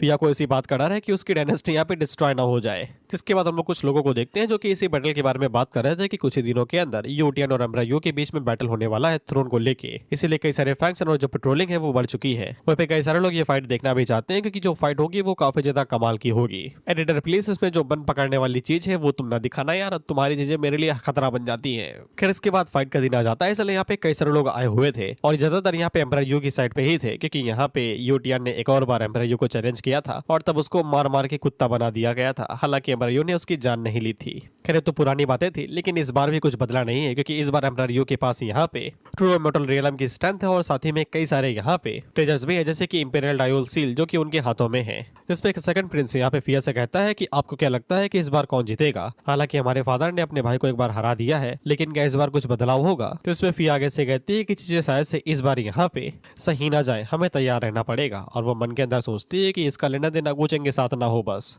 उतने में हम लोग देखते हैं कि गुचेंग खुद यहाँ पे आ जाता है, जो कि फाइट देखने के लिए आया हुआ था। वहीं पे ये की एक्टिंग थोड़ी सी खराब हो गई, तो गुचेंग उससे कहता है कि यार तुम्हारी एक्टिंग खराब हो गई है। पहले तो हम लोग यहाँ पे ऑस्कर लेवल की परफॉर्मेंस देते थे, लेकिन अब तो सब कुछ खराब लग रहा है। इस पे तो ये भी आगे से कहती है कि ऐसा क्या, जिसके बाद ये और भी ज्यादा अच्छे से परफॉर्म करने लगती है। वहीं पे ये लोग फाइट देखने के लिए आए हुए थे और वो सभी लोग कहते हैं कि गुचेंग तुम्हारी चोटों को देख के तुम्हें यहाँ नहीं आना चाहिए था भाई, तुम्हें आराम करना चाहिए था। तो गुचेंग आगे से कहता है कि मेरे बारे में चिंता ना करो, वो तो कोड़ी का ओरिजिन एसेंस ही था जो कि खराब हुआ है, लेकिन ये जो फाइट होने वाली है इसको मैं कैसे मिस कर सकता। और ये खून की उल्टियां कर रहा था और ये भी उसका खून साफ कर रही थी।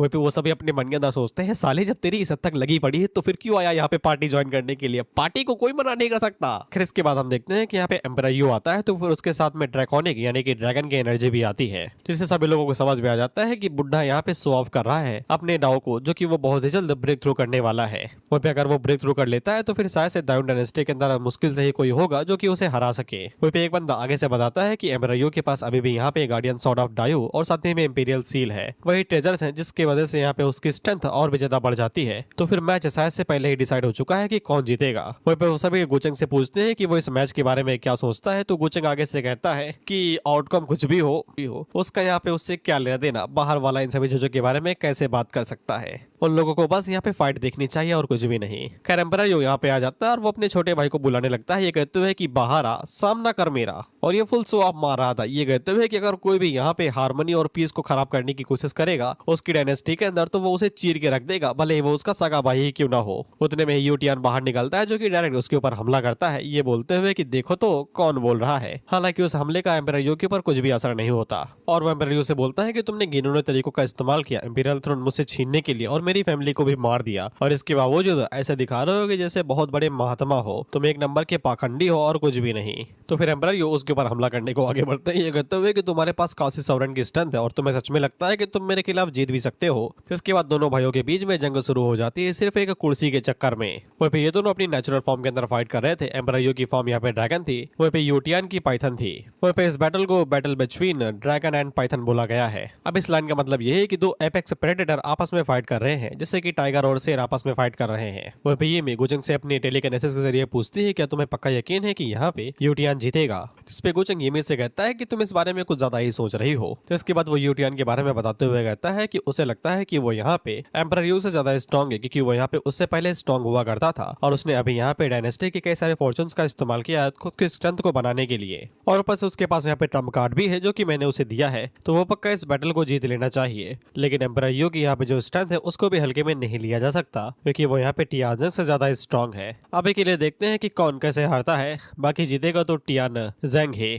जिसके बाद हम देखते हैं कि इनकी बैटल की वजह से कई सारा इफेक्ट यहाँ पे सिटी के ऊपर भी आ रहा था, तो जितने भी फंक्शन वाले थे वो सब यहाँ पे बैरियर बना देते हैं ताकि बैटल का जो इफेक्ट है वो उनके ऊपर ना आए। वहीं पे इन दोनों की बैटल अभी भी चले ही जा रही थी, ड्रैगन और पाइथन आपस में लड़ने हैं, जिसके बाद दोबारा अपनी ह्यूमन फॉर्म के अंदर आ जाते हैं। वहीं पे यूटियन एम्परर यू से कहता है कि तुम पहले यहाँ पे काशी सॉवरेन पे हुआ करते थे, अचानक से तुम्हारा ट्रू इमॉर्टल रियलम कैसे आ गया? इस पे एम्परर यू उसे कहता है ये तो बस शुरुआत है, अभी देखे जाओ मैं तुम्हारे साथ क्या क्या करता हूँ। अगर मैं इतना ज्यादा स्ट्रॉन्ग ना होता तो कभी भी सिंहासन के ऊपर बैठ ही ना पाता। वहीं पे गुचंग मन के अंदर सोचता है कि अब यहाँ पे चूहे बिल्ली का खेल होगा, और होता भी बिल्कुल ये है। यूटियन तुरंत यहाँ से भागने लगता है, तो फिर यहाँ पे एम्परर यू उसके पीछे जाता है, ये कहते हुए कि कहाँ पे भाग रहे हो, बिल्कुल भी बच नहीं सकते मुझसे तुम। फिर ये गुचंग से पूछती है कि अगर वो इसी तरीके से भाग जाएगा तो फिर इन लोगों के प्लान का क्या होगा? तो गुचंग आगे से कहता है कि वो भाग ही नहीं पाएगा यार, और हम लोग देखते हैं होता भी बिल्कुल यही है। एम्परर यू एक टेक्निक का इस्तेमाल करते हुए यूटियन को एक जगह पे ही पकड़ लेता है और उससे बोलता है तुम्हें क्या लगा कि तुम भाग पाओगे? वहीं गुचंग ने यूटियन को यही पट्टी पढ़ाई थी कि तुम्हें यहाँ पे एम्परर यू को दिखाना है कि तुम बेबस हो चुके हो और कमजोर हो, और जब वो ये करेगा तब तुम्हें यहाँ पे आखिरी शॉट मारना है जो कि फैटल ब्लो होगा, और तुम इसी की बदौलत ही यहाँ पे जो ट्रम्प कार्ड मैंने तुम्हें दिया है उसकी पावर का मैक्सिमम यूज कर सकते हो। इसके बाद हम देखते हैं कि यूटियन गुचंग के दिए हुए ट्रम्प कार्ड का इस्तेमाल करता है और एम्परर यू के ऊपर एक पावरफुल डिमोनिक हमला करता है, जो कि ब्लो इतना ज्यादा स्ट्रॉन्ग था कि वो यहाँ पे चीरते हुए यहाँ पे बाहर निकल जाता है। वहीं पे इसका ऑरा ही इतना ज्यादा इविल था कि यहाँ पे जितने भी फंक्शन वाले थे उन्हें समझ में आ जाता है कि ये कोई लेजेंडरी डिमोनिक टेक्निक है क्या। वहीं पे गुचंग उन लोगों से कहता है कि तुम लोग कुछ ज्यादा ही सोच रहे हो, इसका ऑरा थोड़ा सा मिस्टीरियस और थोड़ा सा अजीब लग रहा है, लेकिन ये कोई डिमोनिक एनर्जी नहीं है। जिसपे वो लोग भी गुचंग के ऊपर यकीन कर लेते हैं, क्योंकि गुचंग यहाँ पे डिमोनिक इनहेरिटर के खिलाफ में काफी ज्यादा फाइट किया है, तो फिर उसे डिमोनिक एनर्जी के बारे में काफी अच्छे से पता होगा। क्यों नहीं पता होगा भाई, वो खुद ही तो डिमोनिक इनहेरिटर है। अब यहाँ से गुचंग का प्लान शुरू होता है। यूटियन ने अपने हिस्से का काम कर दिया, अब बस यहाँ पे उन लोगों को एम्परर यू के जो लाइफ सेविंग आर्टिफैक्ट्स उन्हें छीनना है, जिसके बाद वो लोग यहाँ पे एम्परर यू को बहुत ही जल्द खत्म कर देंगे, क्योंकि अगर ऐसा नहीं हुआ तो फिर बैटल लंबा खींचेगा, और अगर बैटल लंबा खींचेगा तो फिर सिटी के अंदर कई सारे मॉन्स्टर्स भरे पड़े हैं और वो भी इस बैटल के अंदर हिस्सा लेंगे। वहीं पे हम लोग एम्परर यू को देखते हैं जो कि उस फैटल ब्लो से बच गए थे, क्योंकि उसके पास एक लाइफ सेविंग प्रोटेक्टिंग आर्मर था, जो कि वो तो बर्बाद हो गया था लेकिन ये जिंदा बच गए थे। तो इससे यूटियन निराश हो जाता है, क्योंकि वो तो इसे एक बार में ही खत्म करना चाहता था, लेकिन अब उनका बैटल लंबा खींचेगा। वहीं पे उसे इस बात का भी डर था कि अगर ये बैटल लंबा खींचा तो शायद से गुचंग नाराज हो सकता है, लेकिन गुचंग तो यहाँ पे अपनी तैयारी के साथ में आया था। अचानक से हम लोग देखते हैं कि यहाँ पे कई सारे मिस्टीरियस रेबल्स बाहर निकलते हैं, जो कि ऑफ कोर्स गुचंग के ही चेले थे, लेकिन ये किसी को थोड़ी ना पता है। वहीं पे यूटियन इसी बात का फायदा उठाते हुए यहाँ पे एम्परर यू से कहता है कि तुमने यहाँ पे स्नेक अटैक करने की कोशिश की है मेरे ऊपर, क्योंकि तुम्हें लगता है कि तुम सीधे रास्ते से मुझे हरा नहीं सकते। इस पे तो एम्परर यू भी हैरान था कि क्या बक रहे हो माँ की लाल, मुझे खुद नहीं पता क्या चल रहा है, मैं तो बीच ट्रेनिंग में रुक गया। वहीं पे एम्परर यू बिल लेके खड़ा था कि भैया मैं तो अटैक करने वाला था, ये क्या हो गया। वहीं पे एम्परर यू साइड में ही खड़ा था और वहीं पे जो चेले निकले थे वो यूटियन के साथ में फाइट करने लगते हैं। फिर फंक्शन वाले भी हैरान थे, वो मन के अंदर सोचते हैं कि एम्परर यू ने सच में इन्हें अरेंज किया है क्या, लेकिन वो कहते हैं कि साला ये तो जीतने वाला था, अगर वो जीत गया तो ये मैच अनफेयर हो जाएगा। वहीं पे एम्परर यू अपने मन के अंदर सोचता है कि अगर यहाँ पे यूटियन एंसेस्टर से मदद भी मांगे तो भी वो लोग मदद नहीं करते हैं ऐसे इंटरनल मामले के अंदर। बेसिकली फैमिली ब्लड लाइन के अंदर ही लड़ाई हो रही है ना, कोई भी जीते उन्हें फर्क नहीं पड़ता, बस उनकी ही खानदान का कोई बैठना चाहिए। जिसके बाद अचानक से वहाँ पे और भी कई सारी पर्पल मिस्ट आने लगती है। ये वही वाली मिस्ट थी जो गुचंग ने यहाँ पे 100 रियलम के अंदर इस्तेमाल की थी, इसीलिए फिया का जो छोटा भाई था वो पहचान जाता है। वहीं पे फिया उसे सिर्फ देखती रहती थी क्योंकि उसे जिस बात का डर था वही हुआ। गुचंग में इन सभी चीजों के अंदर शामिल है। वहीं पे जो फंक्शन वाले थे उन लोगों ने पहली बार इस पर्पल मिस्ट को देखा था तो उनके लिए ये नई चीज थी, तो वो सोच रहे थे कि ये क्या चीज है। तभी हम देखते हैं कि इस मिस्ट के अंदर से कुछ चेनें बाहर निकलती हैं जो कि डायरेक्ट गुचंग के दिल के अंदर घुस जाते हैं और उसे अपनी तरफ खींचने लगती हैं, जिससे सभी लोग सोचते हैं कि अब ये गुचंग को लपेटा जा रहा है। भाई ये तो आपसी मामला था ना, बाहर वाले को काहे घसीट रहे हैं। तो एक दादी अम्मा कहती है कहीं एम्पायर इसको भी तो नहीं निपटाना चाहते ना। खैर गुचंग को पर्पल मिस्ट के अंदर खींच लिया जाता है और उनकी एक्टिंग की तो मैं क्या ही बात करूं, हाथ छोड़ने तक को ऑथर ने ड्रॉ किया है। खैर इसके बाद गुचंग मिस्ट के अंदर चला जाता है, खींचा नहीं जाता, चला जाता है और ये भी पीछे से उसका नाम चिल्लाती रह जाती है। जिसके बाद वो पीछे मुड़ के फंक्शन वालों से कहती है कि तुम सभी लोग तो ट्रू इमॉर्टल एक्सपर्ट्स हो ना, क्या तुम लोग यहाँ पे गुचंग की मदद नहीं करोगे मेरे मास्टर को बचाने के लिए। जिसपे वो लोग आगे से बताते हैं कि ये ब्लैक मिस्ट कुछ ज्यादा ही अजीब है, उन लोगों की डिवोनिक कॉन्शियसनेस इसके बारे में कोई भी इन्फॉर्मेशन नहीं निकाल पा रही है, तो वो लोग यहाँ पे सावधानी से आगे बढ़ेंगे। वह पे ये लोग कहते हैं कि गुचंग तो महानायक है ना, उसके ऊपर जो अटैक करे उसको गुचंग फैमिली समझाए, मुझसे क्या मतलब। और वैसे कोई पागल ही होगा जो गुचंग के ऊपर हमला करने के बारे में सोचेगा। खैर इसके बाद एम्परर यो के सामने यहाँ पे सब कुछ आ जाता है कि यूटियन ने इस ब्लैक मिस्ट को रिलीज किया था और ये सभी चीजें उसका ही शुरुआत से प्लान थी। वह पे एम्परर उस ब्लैक मिस्ट से बाहर नहीं जा सकते थे, तो फिर उन्होंने यहाँ पे डायनेस्टी इंपीरियल बेल का इस्तेमाल किया था खुद को प्रोटेक्ट करने के लिए, नहीं तब तक वो यहाँ पे खत्म हो चुके होते। तो इसके बाद जो चेले यहाँ पे आए हुए थे वो गायब हो जाते हैं क्योंकि इनको डिवाइन कॉन्शियसनेस के साथ में बनाया गया था, जिससे इनका जो ऑरा था वो तो सॉवरेन लेवल का था, लेकिन जो स्ट्रेंथ थी वो काफी ज्यादा कम थी। जिससे यहाँ पे यूटियन को समझ में आ जाता है कि गुचंग नहीं ने बनाया होगा। हालांकि उसने गुचंग का नाम नहीं लिया था, तो एम्परर यू उससे पूछता है कि इन सभी चीजों के पीछे कोई और भी है क्या। तो उतने में गुचंग खुद ही यहाँ पे एंट्री मारता है, ये कहते हुए कि अब समय आ चुका है कि दायोन डायनेस्टी का रूलर बदल दिया जाए, अब यहाँ पे कोई नया राज करे। तो एम्परर यू गुचंग को देख के हैरान होता है, कहते हुए कि तुम। तो गुचंग यहाँ पे घंटे को देख के बोलता है यूजलेस। वहीं पे एम्परर यू उसे कहता है कि तुम तो चोटिल थे ना, तुम यहाँ पे इन सभी चीजों के मास्टरमाइंड कैसे हो सकते हो जो हाल ही में हुआ है। जो सभी लोग सॉर्ड रियलम के अंदर मारे गए थे उन सभी चीजों के पीछे भी तुम्हारा हाथ था, तुमने ये सब कुछ प्लान किया था। जिसके बाद ये अपनी इंपीरियल वाली सॉर्ड को भी बाहर निकालता है और गुचंग से अंधाधुंध चिल्लाया जा रहा था कि तुम्हारी हिम्मत कैसे हुई सब कुछ करने की, तुम्हें शर्म नहीं आती। वहीं पे वो यूटियन से कहता है कि तुम सच में ये किंगडम उसे देने वाले हो। जिसके बाद वो अपनी सॉर्ड का इस्तेमाल करते हुए यहाँ पे उन दोनों के ऊपर सॉर्ड लाद देता है। वहीं पे ये वही सॉर्ड थी जिसके बारे में मैं बताया जा रहा था, गार्डियन ऑफ सॉर्ड डायू। वहीं पे इस सॉर्ड का असर यहाँ पे यूटियन के ऊपर हो रहा था, लेकिन गुचंग के ऊपर कुछ भी नहीं हो रहा था। वो बड़े आराम से वहां से निकल जाता है और एम्परर यू की तरफ आगे बढ़ने लगता है। वहीं पे एम्परर यू गुचंग से कहता है कि मैं तो तुम्हें अपनी बेटी बिहाने वाला था, ये पूरी जगह तुम्हें दहेज में देने वाला था, तुमने मुझे ऐसे धोखा दिया, कहीं वो भी तो इन सभी चीजों के अंदर शामिल नहीं है। जिसपे गुचंग शॉकिंगली बताता है कि फिया तो बहुत ही अच्छी है, वो तो बस मेरा कहना मान रही है, कहीं मैं तुम्हारे साथ साथ इस पूरी डायनेस्टी की धज्जियां न उड़ा दूं, इसलिए वो मेरा कहना मान रही है। उतने में पीछे से यूटियन आगे से कहता है कि वो बस टाइम वेस्ट करने की कोशिश कर रहा है, उसकी बातें ना सुनो, हम लोग सिटी के बाहर फाइट कर रहे हैं और कुछ ही देर के अंदर ही यहाँ पे सिटी के अंदर जो मॉन्स्टर बैठे हुए हैं उन्हें पता चल जाएगा कि यहाँ पे कुछ तो गड़बड़ है। जिसपे गुचंग एम्परर यू से कहता है कि तुमने उसे सुना ना, इसीलिए चुपचाप तुम शांति से मर क्यों नहीं जाते। जिसपे एम्परर यू आगे से हंसते हुए कहता है कि क्या फर्क पड़ता अगर तुम्हें मेरे इरादों के बारे में पता चल गया, क्या तुम्हें सच में लगता है कि तुम मुझे इतनी आसानी के साथ मार सकते हो। ये इंपीरियल बेल मुझे प्रोटेक्ट कर रही है और इसके सामने तुम कुछ भी इस्तेमाल कर लो, ये इतनी आसानी के साथ टूटेगी नहीं। उतने में ही गुचंग आगे से हेलबर्ड का इस्तेमाल करता है और बेल को चीरते हुए सीधा हेलबर्ड एम्परर यू के सीने के अंदर घुसा देता है। जिसके बाद एम्परर यू का आखिरी समय आ जाता है और वो गुचंग से कहता है कि मैं तो तुम्हें अपनी बेटी देने वाला था, तुम्हारी वाइफ के तौर पे तुम मेरे साथ ऐसा कैसे कर सकते हो। गुचंग कहता है कि वो समझदार है, लेकिन उसको सिर्फ एक ऐसी वुमन की जरूरत है जो यहाँ पे उसे पूरी तरीके से पसंद करती हो, अपनी दिल और आत्मा दोनों से। मैं सिर्फ उन्हें चूज करता हूँ जिनको मैं पूरी तरीके से जान चुका हूँ और पहचान चुका हूँ। और वैसे भी अगर मैं ज्यादा लड़कियों को अपने साथ रखता हूँ तो फिर यहाँ पे मिंग के लिए सरदर्दी बढ़ जाएगी, बेचारी ऐसे ही बीमार रहने लगेगी वो। इसके बाद गुचंग यहाँ पे एम्परर यू का ख्याल हमेशा के लिए खत्म कर देता है। वो भी गुचंग के स्ट्रेंथ को देख के पूरी तरीके से यहाँ पे यूटियन घबरा गया था, क्योंकि गुचंग ने एक बार में ही यहाँ पे उनके डायनेस्टी के जितने स्ट्रॉन्ग वेपन थे उनको डिस्ट्रॉय कर दिया था। इसके बाद गुचंग पीछे मुड़ता है और वो यहाँ पे यूटियन से कहता है ये रही तुम्हारे एम्परर यू की चीजें, इनका अच्छे से इस्तेमाल करो और मुझे डिसअपॉइंट बिल्कुल भी ना करना। जिसपे यूटियन गुचंग को अपना मालिक मानता है, ये कहते हुए कि हाँ वो उसे बिल्कुल भी डिसअपॉइंट नहीं करेगा।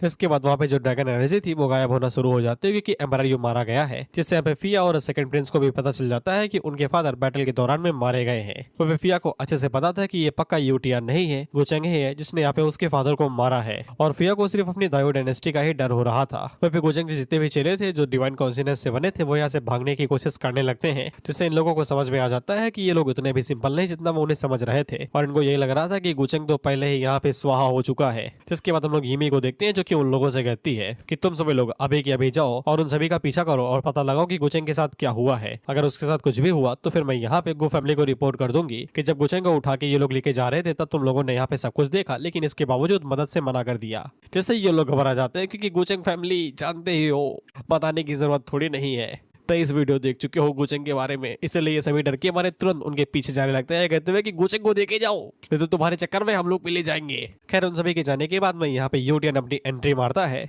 वो भी गार्डियन शॉट और गार्डियन बेल के साथ में। तो फिर समझ में आ जाता है कि वही यहाँ पे दायो का नया एम्परर बनने वाला है। जिसके बाद अगला सीन कुछ दिनों के बाद का होता है क्योंकि प्रीवियस एम्परर मारा जा चुका था, तो फिर नए नियम और कायदे कानून यहाँ पे स्टेब्लिश किए जा रहे थे। और ऑफ कोर्स कुछ यहाँ पे एम्परर के सखा चंद थे जो कि यहाँ पे बिल्कुल भी यहाँ पे एम्परर यूटियन के लिए काम नहीं करना चाहते थे, तो वो यहाँ पे रिफ्यूज कर देते, तो उन्हें पकड़ के जेल के अंदर डाल दिया जाता है। जिसके बाद अगला सीन फंक्शन वालों के ऊपर आ जाता है, जिनमें से हम लोग 3 को देखते हैं जो कि अभी भी यहाँ पे चोगो वालों का पीछा कर रहे थे। अब यहाँ पे 3 थे तो 2 अलग थे और 2 अलग थे, तो ये 3 किसी तीसरे के पीछे भाग रहे थे। वहाँ पे इन लोगों को लग रहा था कि ये लोग ट्रू इमॉर्टल रियलम में है, तो फिर इनका कोई कुछ भी उखाड़ नहीं पाएगा। जिसके बाद वो चोगे वाला बीच में रुक जाता है, तो इन्हें समझ में आ जाता है कि कुछ तो मैटर है जिसको ये लोग समझ नहीं पा रहे हैं। और जब गुचे को लगता है कि इतनी दूरी काफी है, तब वो अपने चेहरे से मास्क हटाता और पीछे मुड़ के उन लोगों से कहता है कि उसके डिपार्टमेंट के अंदर कुछ लोगों की कमी पड़ रही है मदद करने के लिए, क्या वो तीनों से ज्वाइन करना चाहेंगे, लेकिन वो तरीका थोड़ा सा अलग रहेगा। वहीं पे ये तीनों गुचेंग को देख के हैरान हो जाते हैं कि ये तो बड़ा जिंदा है। जिसके बाद इन्हीं सेक्ट के अंदर हम लोग देखते हैं कि गुचेंग इन तीनों को पकड़ लेता है और जिसके बाद इनका डिपार्टमेंट चेंज कर रहा था वो। हाँ, गुचेंग छोटे मोटे लोगों के साथ फाइट नहीं करता, वो ऑफ गार्ड इन्हें पकड़ लेता है बैकग्राउंड में ही। यार गुचेंग ने जो बताया था डिफरेंट तरीका रहेगा, वो ये रहेगा कि वो इन लोगों की आइडेंटिटी को मिटा देगा और इनको यहाँ पे अपने तरीके से मॉडिफाई करेगा जो ये लोग इनका कहना मानेंगे। ये जिंदा नहीं है, मैं पहले बता दूं तुम्हें, ये खत्म हो चुके हैं। गुचेंग बस इनकी बॉडी को कंट्रोल करने वाला है और वो इन तीनों का इस्तेमाल यहाँ पे एक नए फंक्शन को बनाने के लिए करेगा। गुचेंग का कुछ नया प्लान चल रहा है, वो हमें आगे पता चलेगा। बस इतना जान लो कि ये तीनों नए फंक्शन की बुनियाद रखने वाले हैं। इसके बाद हम लोग बचे हुए फंक्शन वाले को देखते हैं और जो कि दूसरे साइड पे गए थे, वहाँ 3 थे ना, तो ये अलग अलग भागे थे। वो तीनों तो बेचारे शिकार बन गए, ये तीनों यहाँ पे आ गए। वो बेदाई का नाम ग्रैनी यूलो था जो कि यहाँ पे उन मास्क वालों का पीछा करने के लिए रास्ता ढूंढ रही थी, लेकिन इन्हें कोई भी रास्ता नहीं मिला था। तब यहाँ पे इस लड़की को दिखाई देता है कि कोई इनकी तरफ भागते हुए आ रहा है जो कि किसी फंक्शन वाले के थे। इससे कई लोग किसी सेक्ट के अंदर आ गए हैं, तो वहाँ के जो फंक्शन वाले थे वो भागते हुए इनके पास आते हैं और इनसे पूछते हैं कि वो लोग यहाँ पे किस लिए आए हैं, क्या वो उनकी कोई मदद कर सकते हैं। जिसपे ग्रैनी यूलो उससे पूछती है क्या तुम्हें यहाँ पे कोई ऐसा आदमी दिखाया गया जो काले लिबास में और वो यहाँ से भाग रहा हो। जिसपे उन लोगों को कुछ भी नहीं पता था। जिसपे वो लड़की आगे से कहती है कि ये सभी लोग सुप्रीम रियलम में हैं, इन्हें कुछ भी नहीं पता होगा, अगर इन्होंने कुछ देखा भी होगा तो। तभी वो लोग ऊपर की तरफ इशारा करते हुए देखते हैं कि ऊपर तो देखो, ऊपर कुछ है। जिसपे वो सभी जब ऊपर देखते हैं तो फिर इन्हें यहाँ पे दोबारा वही पर्पल ब्लैक मिस्ट दिखाई देती है। तो फिर वहां से एक बंदा बाहर निकलता है जो कि उन लोगों से कहता है कि तुम मुझे मारने की कोशिश कर रहे हो, सिर्फ तुम दोनों हो, क्या तुम्हें सच में लगता है कि तुम लोग इतने स्ट्रांग भी हो। तो वो जो लड़की थी ये शायद से कुछ ज्यादा ही भड़कीली है, तो वो डायरेक्ट उसके ऊपर हमला कर देती है, ये कहते हुए कि तुम्हारा और सिर्फ सॉवरेन रियलम भी है, क्या तुम्हें सच में लगता है कि तुम यहाँ पे इतने ज्यादा एरोगेंट बन सकते हो। हालांकि जो ग्रैनी यूलो थे उन्हें पता था कि यहाँ पे अनजान चीजों के ऊपर हमला नहीं किया जा सकता, पार्टी कभी भी पलट सकती है, इसीलिए वो उसको रोकने की कोशिश कर रहे थे, लेकिन तब तक उसने यहाँ पे हमला कर दिया था और अटैक काफी ज्यादा इजीली उसने ब्लॉक कर लिया था। इसलिए उस लड़की को लग रहा था कि वो इजीली यहाँ पे इन लोगों को हैंडल कर सकती है। जिसके बाद वो यहाँ पे उससे पूछती है कि बताओ यंग मास्टर गुचेंग कहाँ पे है। वो भी बेचारे ये तीनों जो सुप्रीम रियलम में थे, इनके अटैक की वजह से इनकी फटी पड़ी थी। तुम भाई भाग जाओ यहाँ से, नहीं तुम इसमें लपेटे जा सकते हो। जिसके बाद हम लोग ग्रैनी यूलो को देखते हैं जो कि यहाँ पे उस लड़की की मदद करने के लिए आगे बढ़ रहे थे, जो कि मिस्ट्री सेक्ट की लीडर थी। उतने में एक तीसरी चिली यहाँ से बाहर निकलती है जो कि डायरेक्ट ग्रैनी यूलो के ऊपर एक जोरदार स्ट्राइक मारती है, जिसको देख के इस मिस्ट्री सेक्ट की लीडर हैरान हो जाती है कि यहाँ पे ये लोग भी थे क्या, हमें तो यहाँ पे सिर्फ 2 ही दिखाए गए थे, ये 3 कैसे हो गए। उतने में चौथा बंदा बाहर निकलता है जो कि पीछे से यहाँ पे मिस्टर लीडर के ऊपर हमला करता है और उसे घायल कर देता है। और पता नहीं मिस्टर लीडर के साथ क्या हुआ क्योंकि ये फटने वाली है। उधर हम लोग ग्रैनी यूलो को देखते हैं जो कि बहुत ही बुरी तरीके से घायल हो जाती हैं। जिसके बाद गुचेंगे चले यहाँ पे ग्रैनी यूलो से कहते हैं कि तुम नीचे तो आ गई हो लेकिन कभी दोबारा वापस नहीं जा पाओगी। वहीं पे ये तीनों काफी ज्यादा घबराए हुए थे क्योंकि अगर यहाँ पे ग्रैनी यूलो मरती है तो फिर अगला नंबर इन तीनों का ही लगेगा। हालांकि जो सेक्ट लीडर था वो नहीं भाग रहा था, ये कहते हुए कि अगर तुम्हें कौसी सॉवरेन रियलम तक पहुंचना है तो फिर हमें ये बैटल देखना ही पड़ेगा और इसे सीखना पड़ेगा, और अगर वो लोग उस रियलम के अंदर चले जाते हैं तो फिर इन लोगों का सेक्ट भी यहाँ पे 3rd रेट का सेक्ट बन जाएगा। फिर इसके बाद गुचेंगे चले ग्रैनी यूलो के ऊपर हमला करते हैं और ये तीनों कोऑर्डिनेट में हमला कर रहे थे। कोई धक्का देता तो कोई पीछे से स्नीक अटैक करता, जिससे यहाँ पे ग्रैनी यूलो के हालात खराब होते जा रहे थे और उन्हें यही लग रहा था कि आज तो उनका मरण दिवस है। उतने में ही गुचेंग यहाँ पे आता है जो कि ग्रैनी यूलो को बचा लेता है, ये कहते हुए कि ग्रैनी आप ना जाइए, मैं आपको बचाने के लिए आया हूँ। वहाँ पे ग्रैनी यूलो गुचेंग से पूछती है कि तुम यहाँ पे कैसे आए, तो गुचेंग आगे से बताता है कि उसने यहाँ पे गू फैमिली की सीक्रेट टेक्निक का इस्तेमाल किया जिससे वो यहाँ पे छुप गया था ब्लैक मिस्ट के अंदर, लेकिन सिर्फ थोड़े ही टाइम के लिए। उसके हालात काफी ज्यादा खराब है, लेकिन उसके पास थोड़ी बहुत स्ट्रेंथ आ गई है, जिससे ग्रैनी को योलो को बुरा लगता है कि वो लोग यहाँ पे मिस्ट के अंदर जाने से घबरा रहे थे। वह पे गुचेंग अकेला ही यहाँ पे उनके साथ भिड़ गया सिर्फ इन लोगों को बचाने के लिए। जिसके बाद ग्रैनी गुचेंग से कहते हैं कि तुम संभल के रहना, वो लोग काफी ज्यादा स्ट्रॉन्ग है और ट्रू इमॉर्टल रियलम के एक्सपर्ट्स हैं और तुम्हारी चोटें भी काफी ज्यादा घायल हैं। लेकिन गुचेंग आगे से कहता है क्या फर्क पड़ता है अगर मैं घायल हूँ, डिवाइन डार्कनेस पैलेस ने मुझे बहुत ही बुरी तरीके से ऑफेंड कर दिया है। लो, गुचेंग ने अपने फंक्शन का नामकरण भी कर दिया डिवाइन डार्कनेस पैलेस।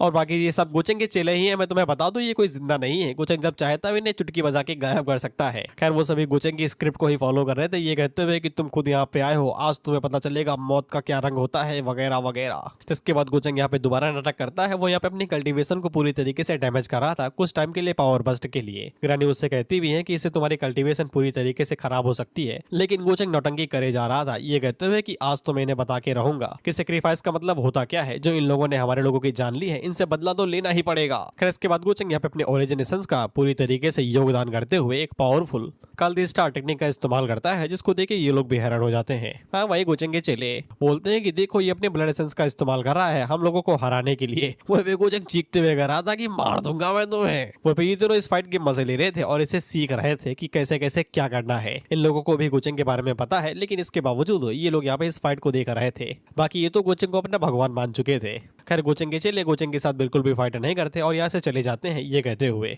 कि उन्होंने सोचा भी नहीं था कि गुचेंग इतनी ज्यादा पावरफुल टेक्निक का यूज करेगा। इतनी बुरी तरीके से घायल होने के बावजूद अभी के लिए चलते हैं, इसको तो हमारे मास्टर देख लेंगे। जिसके बाद वो यहाँ से भाग जाते हैं। जिसके बाद ग्रैनी योलो यहाँ पे चैन की सांस लेती हैं और वो गुचेंग को शुक्रिया कहती हैं उनकी मदद करने के लिए। उतने में वो गुचेंग को खांसते हुए देखती हैं तो गुचेंग खून की उल्टियां कर रहा था। तो गुचेंग आगे से बताता है कि वो तो बस नौटंकी कर रहा था, उसके पास कोई टेक्निक थी ही नहीं, वो तो बस उन्हें डरा के भगाना चाहता था। तो फिर हम लोग ग्रैनी योलो को देखते हैं जो कि अपने अंदर से यहाँ पे एक पिल को बाहर निकालते हैं और उसे बताते हैं कि ये डिवाइन मेडिसिन है, जिसको वो अपनी बॉडी के अंदर तब से रिफाइन कर रहे हैं जब वो सुप्रीम रियलम भी थी। इसको यहाँ पे कम से कम 10,000 साल हो गए होंगे रिफाइन होते होते, और अगर गुचेंग इसको यहाँ पे इस्तेमाल करेगा तो फिर उसकी जो हेल्थ है वो बहुत ही जल्द रिकवर हो जाएगी। हालांकि गुचेंग उस पिल को देख के ऐसा रिएक्शन देता है घिन टाइप में और वो आगे से नौटंकी करने लगता है, ये कहते हुए कि नहीं चाहिए, मुझे नहीं चाहिए, आप बहुत ज्यादा इंसान है, आप इसका इस्तेमाल करिए, मैं अपना ख्याल रख लूंगा। ग्रैनी योलो उससे कहती है कि ले लो यार, ये तुम्हारे लिए जरूरी है, लेकिन गुचेंग मना कर रहा था, ये कहते हुए कि उसके पास कई सारे एलेक्सियर पड़े हैं गू फैमिली की तरफ से, उसे नहीं चाहिए। और ग्रैनी योलो की जगह कोई खूबसूरत लड़की होती और वो पिल देती अपने मुंह से निकाल के, तो ये साला जो बिजार के तरीके चाट चाट के पिल को खाता वो। कर इसके बाद ये सुप्रीम रियलम वाले गुचेंग को शुक्रिया कहते हैं इनकी जान बचाने के लिए। तो गुचेंग आगे से कहता है कि वो इन लोगों की मदद क्यों नहीं करता भाई, अगर वो इन लोगों की मदद नहीं करेगा तो फिर कौन करेगा। जिसके बाद वो बोलता है लेकिन मुझे ये नहीं पता कि ये लोग कौन से फंक्शन से बिलोंग करते हैं। तो वो तीनों आगे से बताते हैं कि वो खुद को यहाँ पे डिवाइन डार्कनेस पैलेस से बता रहे थे और वो लोग अपने मास्टर के बारे में भी बात कर रहे थे जिसका वो कहना मानते हैं। गुचेंग बताता है कि डिवाइन डार्कनेस पैलेस इस फंक्शन के बारे में गू फैमिली के रिकॉर्ड्स के अंदर कोई भी मेंशन नहीं है। जिस पे ग्रैनी योलो आगे से कहती है कि शायद से उनका जो मास्टर है वो शायद से किसी ग्रेट नॉलेज या फिर एजुकेशन से नहीं आता है, क्योंकि उसने अपने फंक्शन का नाम इतना ज्यादा गंदा जो चुना है, मुझे लगता है कि वो कहीं और से ही आए हुए हैं। जिसपे गुचेंग कहता है कि शायद से वो लोग कोई एशियन फंक्शन हो सकते हैं, खासकर उनकी टेक्निक्स और उनके जो मेथड्स हैं वो हम लोगों की टेक्निक्स और धर्मायिक टेक्निक से काफी ज्यादा अलग हैं, इसलिए शायद से वो लोग यहाँ पे किसी सेम फंक्शन से ना हो, किसी और ही फंक्शन से हो। जिसपे ग्रैनी योलो आगे से बताते हैं कि वो लोग काफी ज्यादा भयानक थे, वो बिल्कुल हमारे उलट थे। सत्य में ग्रैनी योलो ने कई सारे फंक्शन लीडर्स के ऊपर यहाँ पे मार्कर लगाया था, लेकिन वो सभी भी यहाँ पे गायब हो चुके थे, तो उनके बारे में ग्रैनी योलो को कुछ भी पता नहीं चल रहा था। तो ग्रैनी योलो को यही लगता है कि वो सभी मारे गए हैं और अगर गुचेंग ना था तो भी वो भी यहाँ पे मारी जाती। गुचेंग आगे से कहता है कि हम जाके चेक करें कि वो मरे हैं या नहीं अभी के लिए, लेकिन हम लोग यहाँ से चलते हैं क्योंकि ये जगह बिल्कुल भी सेफ नहीं है। जिसके बाद हम लोगों को बताया जाता है कि दायो डायनेस्टी के अंदर जो बैटल हुआ था, जिसके दौरान में यहाँ पे 4 ट्रू इमॉर्टल एक्सपर्ट्स मारे गए हैं, उससे आसपास के जो फंक्शन है उनके ऊपर काफी ज्यादा बड़ा असर पड़ा है। और साथ ही में डिवाइन डार्कनेस पैलेस के आ जाने से उनके बारे में भी काफी सारे र्यूमर्स फैल रहे हैं, जिससे कई सारे पावर हाउस और फंक्शंस के अंदर बहुत ही ज्यादा पैनिक मचा हुआ है। बाय द वे मैं तुम्हें दोबारा बता दूं कि गुचेंग ने इस फंक्शन का इजाद किया है, बनाया है इसको। साथ ही में गुचेंग और ग्रैनी योलो की भी काफी ज्यादा तारीफ की जा रही है कि उन दोनों ने यहाँ पे अपर रियलम को बचाया है, जबकि गुचेंग बहुत ही घायल भी था, जिससे गुचेंग को और भी ज्यादा पावरफुल समझा जाने लगा क्योंकि उसने जो स्ट्रेंथ और ऑनरेबल दिखाया है वो काफी ज्यादा है, इसलिए यंगस्टर्स के बीच में वो काफी ज्यादा पॉपुलर हो गया है और कई सारे यंगर जनरेशन उसे यहाँ पे अपना रोल मॉडल मान रहे हैं। तो इसके बाद अगला सीन डिमोनिक माउंटेन का होता है। बाय द वे ये डिमोनिक माउंटेन डोंगी का है, गोचेंग की डिसाइपल का, वही जो लाल कपड़ों में घूमती है। वहीं पे डोंगी के जितने भी चिल्ले थे वो सभी आगे से कहते हैं कि तुमने कहा था कि हमारे जो मालकिन है उनका गोचेंग के साथ 56 का आंकड़ा है, लेकिन इसके बावजूद वो यहाँ पे गोचेंग की मेड सर्वेंट को अपने पास रखे हुई है, क्या उन्हें डायरेक्ट उस मेड सर्वेंट को मार देना नहीं चाहिए? जिस पे दूसरा बंदा आगे से कहता है मुझे नहीं पता भाई उनके रिलेशनशिप के बारे में, इतना भी सिंपल नहीं जितना हम लोग सोचते हैं। जिसके बाद अच्छा सॉरी यार इसका नाम होंगी है, डोंगी नहीं। जिसके बाद हम लोग होंगी को देखते हैं जो कि यहाँ पे किंगी है या फिर किंगी, इस लड़की को मैं जानता हूँ, किंग ही नाम है शायद से इसका। उसे पूछती है कि तुम जा रही हो क्या यहाँ से छोड़ के, अभी कई सारे लोग तुम्हारे पीछे पड़े हुए, इस बात को भूली तो नहीं ना तुम? सो इस लड़की का नाम सोकिंग है जो गोचेंग के साथ लोअर रियलम से आई हुई थी। बाय द वे गोचेंग ने इसके ऊपर यहाँ पे डिमोनिक सक्सेसर का थप्पा मार दिया है, हालांकि इस बारे में सिर्फ गोचेंग ही जानता है। खैर सोकिंग होंगिंग को शुक्रिया कहती है इतने दिनों तक उसे यहाँ पे रखने के लिए और बाकी फंक्शन से बचाने के लिए, क्योंकि इसके पीछे कई सारे फंक्शन पड़े हुए हैं अगर तुम भूले ना हो तो। खैर सोकिंग अब यहाँ से जाना चाहती है क्योंकि कई सारे लोगों का ध्यान इतने समय अलग अलग चीजों के ऊपर गया हुआ है, तो ये आसानी के साथ यहाँ से निकल सकती है और बाहर घूम सकती है। वहीं पे सोकिंग होंगी से पूछती है कि ये जो लोग डिवाइन डार्कनेस पैलेस के बारे में बात कर रहे हैं कहीं इसका लेने देना आपके साथ तो नहीं है? जिसपे होंगी आगे से कहती है कि इसका लेने देना मेरे साथ तो नहीं है, लेकिन किसी ऐसे के साथ है जिसको तुम बहुत ज्यादा पसंद करती हो और उसके साथ रह चुकी हो। जिससे सोकिंग काफी ज्यादा हैरान होती है क्योंकि वो उसका निशाना सीधा गोचेंग की तरफ ही जा रहा था। जिसपे होंगी उसे कहती है कि हैरान न हो, उसी के बारे में है जिस बारे में तुम सोच रही हो। लेकिन सोकिंग को अभी भी यकीन नहीं हो रहा था, तो होंगी उसे कहती है क्या तुम्हें सच में लगता है कि जितना तुम सोचती हो कि वो काइंड और दयालु है उतना वो है? अच्छा तुम ये गेस करो तुम यहाँ पे डिमोनिक सक्सेसर कैसे बन गई? जिसपे सोकिंग कहती है क्योंकि उसने ये चीज खुद चूज की है, लेकिन आज तक उसने यहाँ पे किसी भी क्लैमिटी के बारे में नहीं सोचा कि वो तबाही लाएगी। उसे तो बस यहाँ पे पीसफुली सर्वाइव करना है, बस वो यही जानती है। लेकिन सरकमस्टेंसेस उसे यहाँ पे फोर्स कर रहे हैं, तो फिर वो सिर्फ यहाँ पे मौकों का फायदा ही उठा सकती है खुद को स्ट्रॉन्ग बनाने के लिए, ताकि वो आगे जाके खुद को सर्वाइव कर सके। जिसपे होंगी सोकिंग से कहती है कि तुम कुछ ज्यादा ही नादान हो, और वो उसे कहती है तुम्हें पता है कि तुम्हारी किस्मत पहले ही लिखी जा चुकी थी जिस दिन तुमने उससे मुलाकात की थी। जिस इंसान को तुम सबसे ज्यादा प्यार और भरोसा करती हो वो हमेशा तुम्हारे पीछा खड़ा रहेगा और तुम्हें देखेगा और कुछ बोलेगा भी नहीं, और धीरे धीरे करके तुम उसके लिए यहाँ पे स्केपगोट के अंदर बदल जाओगी, बेसिकली यहाँ पे गोचेंग के लिए बलि का बकरा। और होंगी सोकिंग से कहती है कि और आखिर में तुम यहाँ पे गोचेंग के लिए कुछ भी नहीं, बस एक तरीका बनोगी उसके सभी क्राइमों का खामियाजा भुगतने के लिए। सोकिंग आगे से कहती है कि ये सच नहीं है, ये सच नहीं है माँ। जिसपे होंगी आगे से कहती है यही सच है, उसी ने मुझे ये सभी टेक्निक्स और कल्टीवेशन के बारे में बताया है जो मुझे पता है, और ये जो तुम्हारी इनकम्प्लीट डिमोनिक टेक्निक है इसके बारे में भी तुम्हें क्या लगता है उसे नहीं पता है? वो तुम्हारे बारे में सब कुछ जानता है, यहाँ तक कि तुम्हारे आधे सोल के टुकड़े के बारे में भी। तुम बस उसकी हरकतों से इतना ज्यादा बेवकूफ बन गए कि उसे कभी देख ही नहीं पाई कि वो असलियत में क्या करना चाहता है। तुम्हारे ऊपर तो मुझे दया आती है। वो पे होंगी ने जानबूझ के यहाँ पे सुकिंग को सब इसीलिए बताया था ताकि वो पूरी तरीके से टूट जाए, क्योंकि होंगी चाहती है कि सुकिंग के मन के अंदर जो गोचेंग की इमेज है एकदम बढ़िया वाली वो पूरी तरीके से चकनाचूर हो जाए। वहीं पे होंगी ने ये कसम खा ली है कि वो एक एक करके गोचेंग के जितने भी चाहने वाले हैं जिनके सामने वो यहाँ पे जनरल बनता है वो उनके सामने उनकी सभी हरकतों को बताएगी और उसकी जो एक्टिंग स्किल है देखेगी कि वो कितना ज्यादा बढ़िया है, और वो धीरे धीरे करके गोचेंग के जितने भी चाहिए हैं उन सभी के दिल तोड़ते रहेगी। बाद में हम लोग सुकिंग को देखते हैं और ये टसुए बहा रही थी गोचेंग की असलियत जान के। जिसके बाद ये इन सभी चीजों को याद करती है जो गोचेंग ने इसके साथ किया था, जितने भी बार गोचेंग ने इसे बचाया था, जितने भी बार गोचेंग से दूर गया था, उन सभी चीजों को याद करते हुए ये टसुए बहाने लगती है। तुम्हें सुकिंग के हालात अभी समझ में नहीं आ रहे होंगे क्योंकि स्टोरी अलग अलग हो गई है। मैं तुम्हें बता दूं हम लोगों ने गोचेंग की कहानी देखी है, हमें पता है कि गोचेंग क्या करना चाहता है। वो सुकिंग को अलग नहीं करेगा, वो बस होंगे ने उसके मन के अंदर डाल दिया कि गोचेंग उसे बलि की बकरी के तरीके इस्तेमाल करेगा, लेकिन गोचेंग ऐसा नहीं करेगा। लेकिन सुकिंग के लिए उसको ये बात के ऊपर पूरा यकीन हो चुका है। उसे ये लग रहा है कि गोचेंग जो उसके साथ अभी तक बर्ताव करते हुए आया था वो सब कुछ बस नाटक था और कुछ भी नहीं, ताकि यहाँ पे सुकिंग उसके लिए एक रास्ता बन सके अपनी जान छुड़ाने का डिमोनिक सक्सेसर के थप्पे से। उम्मीद करता हूँ समझ में आ गया होगा। जिसके बाद हम लोग यूटियान को देखते हैं जो कि गोचेंग को पूरी जानकारी देता है कि उसने अभी तक पूरे दायो के ऊपर 60% तक कब्जा कर लिया है, लेकिन अभी भी कुछ यहाँ पे लोग हैं जो कि यहाँ पे उसके साथ मिलना नहीं चाहते, जैसे कि टोबायाओ जनरल हो गया और साथ में कुछ मंत्री जो कि अभी भी उसके साथ काम नहीं मान रहे हैं। तो फिर यूटियान ने उन्हें जेल के अंदर ही डलवा दिया। गोचेंग आगे से कहता है कि बुरा नहीं है, अच्छा किया तुमने। जिसके बाद वो पूछता है तुम लोगों के एंसेस्टर्स के बारे में क्या उन्हें कोई दिक्कत नहीं हो रही? जिसपे यूटियान आगे से कहता है कि जैसे कि मैंने बोला था कि जब तक यहाँ पे थ्रोन के ऊपर उनकी ही ब्लड लाइन का कोई बैठता है तब तक उन्हें कोई भी दिक्कत नहीं होगी। जिसके बाद वो फिया के बारे में भी बताता है कि शायद से उसे तुम्हारे ऊपर शक आ गया है, इसीलिए वो कई दिनों से एंसेस्टर से यहाँ पे कांटेक्ट करने की कोशिश कर रही थी।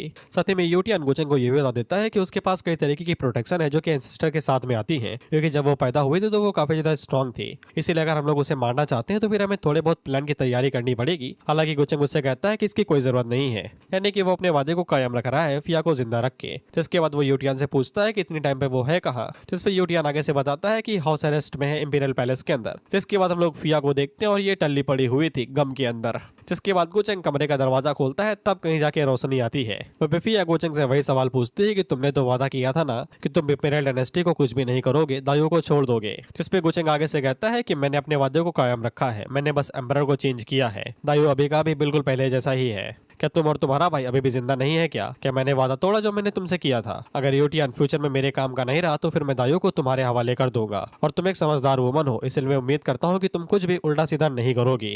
Bye the way I feel bad for Fiya, जिससे प्यार करती थी, उसका रिटर्न टिकट कट गया, भाई के साथ बाप का भी कट गया, अब बेचारी अकेली पड़ी है। क्या ही कर सकते हैं, लाइफ है। जिसके बाद अगला सीन गुचेंग के इनर वर्ल्ड का होता है, जहाँ पे हम लोग एक पैलेस को देखते हैं जिसको बहुत ही, एक मिनट, ये पैलेस नहीं है, पूरा का पूरा महल है भाई। ये पता नहीं इसके अंदर कितने कमरे होंगे, कितने पैलेस होंगे। वहीं पे हम लोग गुचेंग को देखते हैं जो कि इतने समय बाल मजदूरी कर रहा था, खुद ही यहाँ का घर वर बना रहा था। वो वहीं पे गुचेंग सोचता है कि उसने ऐसा कुछ अपने हाथों से बनाया है मिंग के लिए, तो फिर उसे ये पसंद आना चाहिए। जिसके बाद उसने यहाँ पे मिंग का पैलेस रेडी कर दिया था। वहीं पे गुचेंग का प्लान ये था कि वो एक एक करके यहाँ पे चूचू के लिए भी बनाएगा, जिसके बाद यीमे के लिए बनाएगा, जिसके बाद यांजी के लिए बनाएगा, जिसके बाद सुकिंग के लिए बनाएगा, जिसके बाद टियानलू के लिए भी बनाएगा और होंगी के लिए भी बनाएगा। नहीं, उसके लिए नहीं बनाऊंगा, अगर उसे पता चला तो वो तोड़ के रख देगी, सारा डिस्ट्रॉय कर देगी। वो उसके लिए सबसे आखिर में बनाऊंगा। काफी ज्यादा डिफिकल्ट लाइफ है भाई, एक ही बॉयफ्रेंड हूँ, कितना काम करूंगा, 6 गर्लफ्रेंड है मेरी। पीछे से हम लोग डा को देखते हैं और ये भी बाल मजदूर में लगा हुआ था और इसको भी पैलेस चाहिए था, वो भी गुचेंग बना के देगा इसको, तभी ये लेगा। जिसके बाद कुछ दिनों के बाद हम लोग गुचेंग को देखते हैं जो कि यहाँ पे ह्यूमैनिटीज एंसेस्टर पैलेस के सामने आता है, ताकि वो यहाँ पे इसके एनर्जी को एब्जॉर्ब कर सके, जो कि वर्शिप एंड बिलीव वाली होगी। वर्शिप मतलब पूजा और बिलीव का मतलब पता ही है। जिसके लिए वो यहाँ पे गोल्डन फॉर्चून कॉल्ड्रन का इस्तेमाल कर रहा है और वो इस कॉल्ड्रन को यहाँ पे डिवाइन डार्कनेस पैलेस को दे देगा, ताकि वो इसका इस्तेमाल करके अपनी यहाँ पे अपनी एक सेना बना सके। मैं दोबारा बोलना चाहूंगा, डिवाइन डार्कनेस पैलेस को बनाने वाला हमारा गुचेंग ही है। खैर इसके बाद हम इन दोनों भाई बहनों को देखते हैं। मैं तो इन दोनों के नाम ही भूल गया। खैर जो सूली थी वो यहाँ पे, मतलब जो बहन थी, उसे यहाँ पे गुचेंग की चिंता हो रही थी, तो उसका भाई उसे मना कर देता है, कहते हुए कि अब उसके बारे में सोचना छोड़ दो, अब वो लोग पूरी तरीके से अलग हो चुके हैं, उनकी बच्चे स्ट्रेंथ काफी ज्यादा बड़ी हो चुकी है और साथ ही में उनकी फैमिली भी अब अलग अलग सर्कल के अंदर आती है। तभी अचानक से यहाँ पे एक पोर्टल ओपन होता है जो कि उन लोगों से बता रहा था कि वो यहाँ पे महस वाराडाइज उन एक्सटर्नल स्काइज से आया है और जो कोई भी यहाँ पे ट्रू इमॉर्टल बनना चाहता है, आगे बढ़ना चाहता है, वो यहाँ पे डिवाइन डार्कनेस पैलेस को ज्वाइन कर सकता है, जिससे उन्हें इमोर्टैलिटी मिलेगी। जिससे अपरियलम वाले बहुत ज्यादा हैरान हो जाते हैं कि इन लोगों की बात इतनी दूर से भी साफ साफ सुनाई कैसे दे रही है, कहीं ये लोग पहले ही अपरियलम के अंदर घुस तो नहीं आए हैं और यहाँ के कोनों पे कब्जा कर लिया है। जिससे यहाँ पे लोगों के बीच में यह डर फैल जाता है कि कहीं उनका जाने वाला या फिर उनका चहीता इन लोगों से जुड़ा हुआ तो नहीं है। जिसके बाद इसी तरीके का मैसेज अपरियलम के हर एक कोने में दिया जाता है। हम लोग यहाँ पे कई सारे लोगों को देखते हैं जिनको हम लोग जानते हैं, जिनमें से गू फैमिली का एक अंकल भी है और साथ ही में ये बुढ़ा भी, पता नहीं कौन है, मैं भूल गया इसके बारे में, हालांकि जानता मैं सबको हूँ। और ये लोग भी डिवाइन डार्कनेस पैलेस के बारे में ही बात कर रहे थे।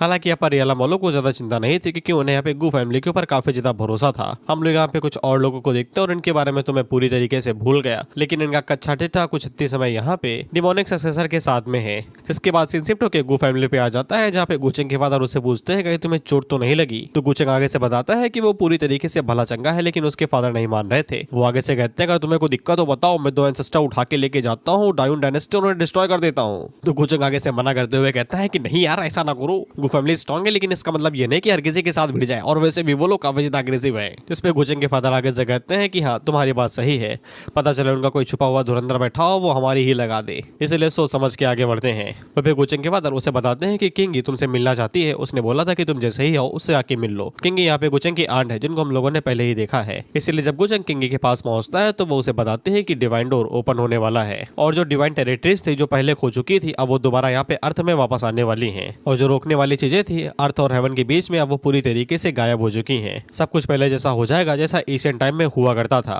जिससे अपरियलम के अंदर एक और बहुत बड़ी मुसीबत आएगी और उसने ये भी बोला था कि उनकी अभी की लाइफ काफी ज्यादा अजीब है। अब यहाँ पे बहुत ज्यादा अपॉर्चुनिटीज तो नहीं आएंगी ट्रू इमॉर्टल बनने के लिए, लेकिन ऐसे कई सारी पॉसिबिलिटीज हैं जो फ्यूचर और अजीब फेनोमेनन को यहाँ पे चेंज कर सकती हैं। वहीं पे गुचेंग को ज्यादा कुछ समझ में तो नहीं आता, लेकिन उसे ये जरूर समझ में आ जाता है कि यहाँ पे जो उसकी आंट है उन्हें यहाँ पे काफी कुछ पता है और साथ ही में उसके लेवल के हिसाब से वो अभी भी ये नहीं बता सकता कि उसकी आंट कौन से लेवल पे है, लेकिन ये बात पक्की है कि वो यहाँ पे उसकी पूरी तरीके से चिंता करती है। वहीं पे गुचेंग अपनी आंट से पूछता है कि आपने जो बोला उसका मतलब क्या है और मुझे यहाँ पे क्यों बुलाया गया है। तो गुचेंग का जो प्यारा पेट था, पता नहीं इसका नाम क्या है, मैं भूल गया, लेकिन ये किंगी के हाथों में है, जो कि गुचेंग से कहता है कि तुम बहुत ही ज्यादा हरामी हो। और वो उसको बताते हैं कि किंग यहाँ से जा रही है और तुम्हें उसे फेयरवेल बोलना चाहिए। जिस पे गुचेंग हैरान होकर अपनी आंट से पूछता है कि आप गु फैमिली छोड़ के जा रही हैं क्या। तो उसकी बात बताती है कि गु फैमिली छोड़ के नहीं जा रही, एक तरीके से उस जगह पे जा रही हूँ जहाँ मुझे होना चाहिए। गुचेंग पूछता है कहीं इसका मतलब डिवाइन टेरिटरीज तो नहीं है। जिसपे गुचेंग की आंट उसे कहती है कि तुम्हें सारी चीजें याद आ रही है धीरे धीरे करके, तुम्हें पता है कि मैं यहाँ पे तुम्हारे प्रोटेक्टर क्यों बनी थी गु फैमिली में आके। जिसपे गुचेंग अपने मन के अंदर सोचता है कि ये शर्त की वजह से हुआ था ना। दरअसल आंट किंगी यहाँ पे गुचेंग की सगी बुआ नहीं है, ना ही कोई मौसी है, वो ऐसे ही लगी लगाई हुई है। ऊपर से आई थी कि मैं बनूंगी तुम्हारी बेटी की प्रोटेक्टर, ऐसा हुआ था। बाय द वे इनका भी कुछ पास्ट कनेक्शन होगा जो हमें आगे स्टोरी में पता चलेगा। वहीं पे आंट किंगी गुचेंग से कहती है कि तुम्हें वो शर्त याद है ना जो हमने एक दूसरे से की थी। हालांकि गुचेंग बोलता है कौन सी शर्त, मुझे कुछ नहीं याद। जिसपे आंट किंगी उसे बोलती है कि चिंता न करो, वो तुम्हें याद आ जाएगा, क्योंकि ये तुम्हारा अल्टीमेट गोल जो है। वैसे तुम्हारी अभी की स्ट्रेंथ के साथ में कोई भी कॉसी डिवाइन रियलम का इमॉर्टल तुम्हें परेशान नहीं करेगा, लेकिन इसके बावजूद मुझे यहाँ पे कुछ खास प्रेजेंस महसूस हो रहा है जो छुपा हुआ है। इसलिए आंट किंगी गुचेंग को चेतावनी देके जाती है कि तुम अभी के लिए गु फैमिली के अंदर ही रहो जब तक तुम पूरी तरीके से तैयार नहीं हो जाते आगे बढ़ने के लिए। और गुचेंग भी इस बात को मानता है कि उसे ज्यादा एरोगेंट बनना नहीं चाहिए, नहीं तो उसकी गुद्दी कभी भी चटका दी जा सकती है। जिसके बाद वो शर्त के बारे में बात करता उससे पहले आंट किंगी यहाँ से चली जाती है। इसलिए गुचेंग काफी ज्यादा चिंता में रहता और वो सोचा करता है कि यहाँ पे आंट किंगी की शर्त के बारे में बात कर रही थी, और वो सोचता है कहीं वो इस मेमोरी के बारे में तो बात नहीं कर रही थी जो डिमोनिक एम्परर के साथ में जुड़ी हुई है। और वो यहाँ पे जिस प्रेजेंस यानी कि जिन लोगों के बारे में बात कर रही थी, कहीं वो पहले ही ट्रू इमॉर्टल रियलम पे तो नहीं बन गए, लेकिन बिना ओरिजिन ट्री के वो ऐसा कैसे कर सकते हैं। बेसिकली जब तक किसी को ओरिजिन ट्री का फल नहीं मिलता तब तक शायद कोई ट्रू इमॉर्टल नहीं बन सकता है, ऐसा मुझे लगता है गुचेंग की बातों से। वही पे गुचेंग हिस्ट्री की किताबों से हमें बताता है कि जो अपर रियलम था उसे यहाँ पे एंसेस्टर टेरिटरी बोला जाता था, और ये जो अपर रियलम है ये यहाँ पे डिवाइन टेरिटरी से अलग हुआ था फॉरबिडन एरा के बाद में। इसलिए अभी भी कुछ पुराने तरीके हैं जिनकी मदद से यहाँ पे अपर रियलम को डिवाइन टेरिटरीज के साथ में जोड़ा जा सकता है। वही पे गुचेंग ख्यालों में इतना ज्यादा व्यस्त था कि वो दरवाजा भी नहीं खोलता है, डाउस के लिए खोलता है कि मालिक टकरा ना जाना आप। इसलिए बिना इमॉर्टल डॉ के अपीयरेंस के भी यहाँ पे ऐसे कई सारे फंक्शंस हैं जिनके अंदर कई सारी पावर से छुपी हुई है जो कि डायरेक्ट उन्हें इमॉर्टल से मिली हुई है, और वो अभी भी यहाँ पे टेरिटरी के रास्ता ओपन होने का इंतजार कर रहे हैं, जिसके रिजल्ट में उनके पास कई सारे यहाँ पे ट्रेजर्स हो सकते हैं इमॉर्टल डॉ जितने शक्तिशाली। इसलिए गुचेंग को सावधान रहना चाहिए क्योंकि कभी भी उसकी गुद्दी चटका दी जा सकती है। और यही किंगी उसे समझा रही थी कि ज्यादा हीरो ना बनना और संभल के ही रहना। साथ में गु फैमिली के एंसेस्ट्रल रिकॉर्ड्स के अंदर ये भी मेंशन है कि हजारों सालों पहले जब यहाँ पे डिवाइन टेरिटरीज की स्ट्रेंथ एक बार दिखाई गई थी, तो फिर गु फैमिली के कुछ धुरंधर थे, उन्होंने यहाँ पे उनके रियलम को डिवाइन टेरिटरीज के साथ जोड़ने की कोशिश की थी, लेकिन वो फेल हो गए थे।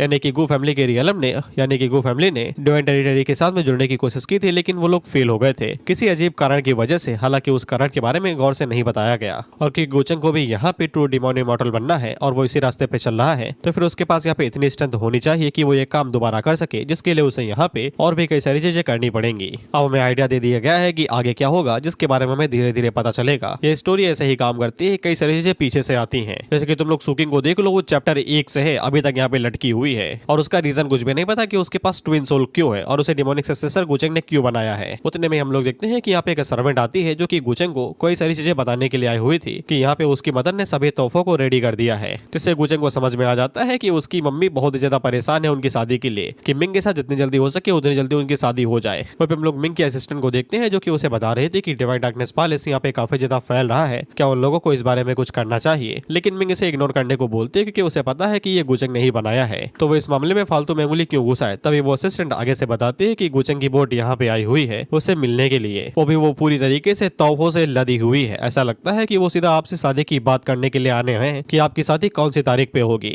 वो भी मिंग जैसे ही शादी के बारे में सोचती है तो उसे PTSD हिट होता है। अगर तुम भूले ना हो तो फिर गुचेंग का जो OG वर्जन था उसने यहाँ पे मिंग के साथ शादी की थी और सुहागरात से पहले ही उसकी फील्डिंग सेट कर दी थी, और मिंग का रिकार्नेशन हुआ, इसलिए उसे यहाँ पे बार बार PTSD हिट होता है जब भी वो गुचेंग को शादी के साथ में इमेजिन करती है। ऐसे छैया छन्ना करना है तो कोई दिक्कत नहीं। खैर शादी के बारे में सोचते ही उसे यहाँ पे सभी चीजें दोबारा याद आने लगती है, और वो इसी बात को पक्का करना चाहते थे कि उसकी पास्ट लाइफ में जो कुछ भी हुआ था वैसा दोबारा ना हो। वो मिंग का जो रिकार्नेशन हुआ है वो एकदम सटीक हुआ है, उसमें ना 1 साल की गड़बड़ है ना ही 1 दिन की, यानी कि इसी हिसाब से उसका रिकार्नेशन हुआ है कि गुचेंग की शादी उसी के साथ हो। इसलिए मिंग इसी बारे में सोच रहे थे कि उसका रिकार्नेशन इस लाइफ के अंदर कहीं कोई एक्सीडेंट तो नहीं है, या फिर किसी के कोई चाल वाल है कि सब कुछ साला सेम ही हो रहा है कि उसे गुचेंग के साथ ही रिश्ते बनाने पड़ रहे हैं। तो ये बताया नहीं है कि उसका रिकार्नेशन हुआ है, इसलिए वो सोच रहे थे कि गुचेंग को रिकार्नेशन के बारे में बता देना चाहिए, लेकिन उसे इस बात का भी डर था कि कहीं गुचेंग को ये ना लगे कि वो उसके ऊपर बदला लेना चाहती है, इसलिए वो उसके करीब आई है। उतने में ही गुचेंग उसके बगल में आके बैठता है और उसके कंधे के ऊपर हाथ रख के कहता है, बाबू क्या हुआ, इतना ज्यादा क्या सोच रहे हो कि माथे पे पसीना आ गया तुम्हारे। जिससे मिंग काफी ज्यादा घबरा आ जाती है कि ये अचानक से यहाँ पे कैसे आ गया, और उसे इस बात का भी डर था कहीं इसने पूरी बातें तो नहीं सुन ली। जिसपे गुचेंग आगे से कहता है कि उसने सुना कि तुम किसी रिकार्नेशन के बारे में बात कर रही थी। जिसपे मिंग आगे से झूठ बोलती है कि वो तो बस ऐसे ही बड़बड़ा रही थी। वो पूछती है कि शादी में क्या क्या लेके आए हो, दहेज में कुछ मिलेगा क्या, तुम यहाँ पे सफर करके थक गए होगे कमरे में, चलो तुम्हारा गला दबा मतलब कंधे दबा दूं। फिर गुचेंग को पता था कि मिंग को उसकी पास्ट लाइफ के बारे में चिंता हो रही है, तो फिर अब यही टाइम है कि गुचेंग यहाँ पे उसकी जितनी भी चिंता है उन्हें पूरी तरीके से खत्म कर दे। इसलिए वो मिंग को अपनी गोद में बैठा लेता है। तो मिंग उसे पूछती है कि ये क्या कर रहे हो, शर्म नहीं आ रही यहाँ पे।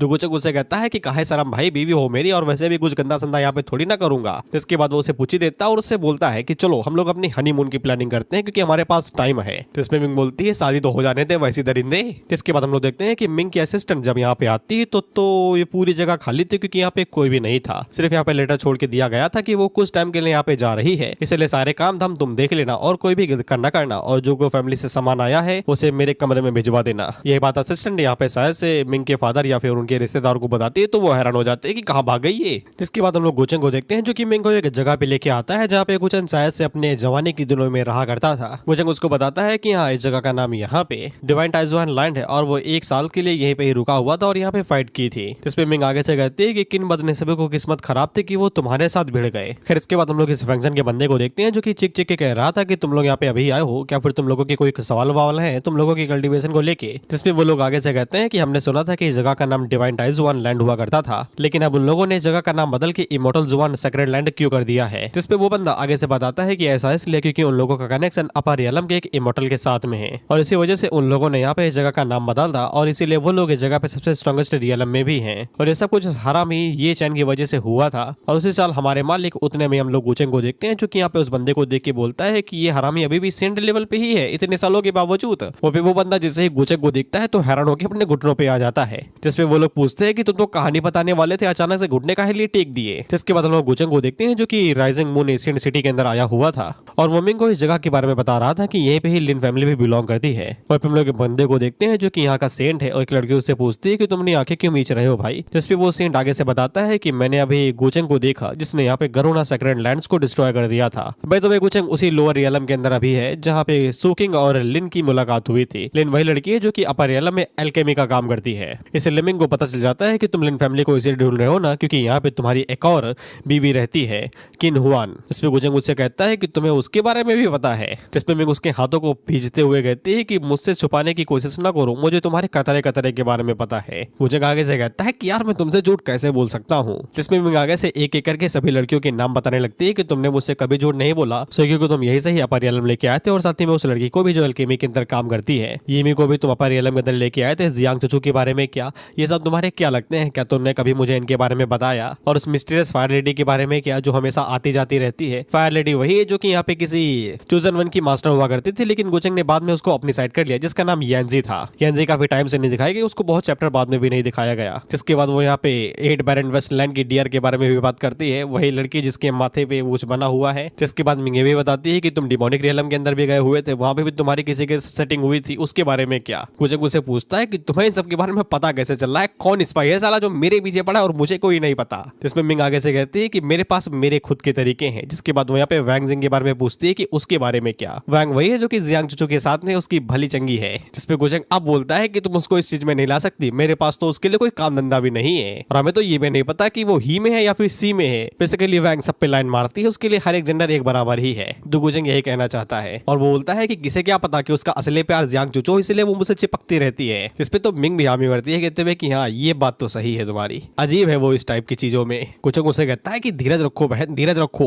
तुम मेरी मेन वाइफ हो, ये पोजीशन तुम्हारी है, तुम्हें कम से कम उन्हें इससे दिक्कत तो नहीं होनी चाहिए। लेकिन मिंग कहती है कि मुझे दिक्कत है, अब से मैं ही तुम्हारी मेन वाइफ रहूंगी और वो सभी मेरे पीछे रहेंगी। गुचेंग आगे से कहता है हाँ रहेंगी। और फिर मिंग अपने मन के अंदर सोचती है कि उसकी पास्ट लाइफ के मुकाबले इसमें तो ये कम से कम साला कासानोवा ही है। कासानोवा का मतलब होता है कि एक आदमी जिसके कई सारे लड़कियों के साथ कनेक्शन हो, एक तरीके से सिटियाबाज। क्योंकि पास्ट लाइफ में जो गुचेंग था वो थोड़ा सा साइको टाइप में था, भाई को कोई लड़की नहीं चाहिए थी, भाई सीधा उन्हें स्वाहा कर देता था। खैर अभी भी यहाँ पे मिंग को गुस्सा आ रहा था कि जब भी यहाँ पे मिंग गुचेंग को छोड़ के जाती है, पता नहीं क्यों वो सभी यहाँ पे गुचेंग की तरफ घूमने लगती है मधुमक्खियों की तरीके, और उसे इसी बात से काफी ज्यादा गुस्सा आता है। तो गुचंग उसे कहता है कि मेरे साथ ही चिपक के रहो ना, फिर दूर काहे ले जाती हो।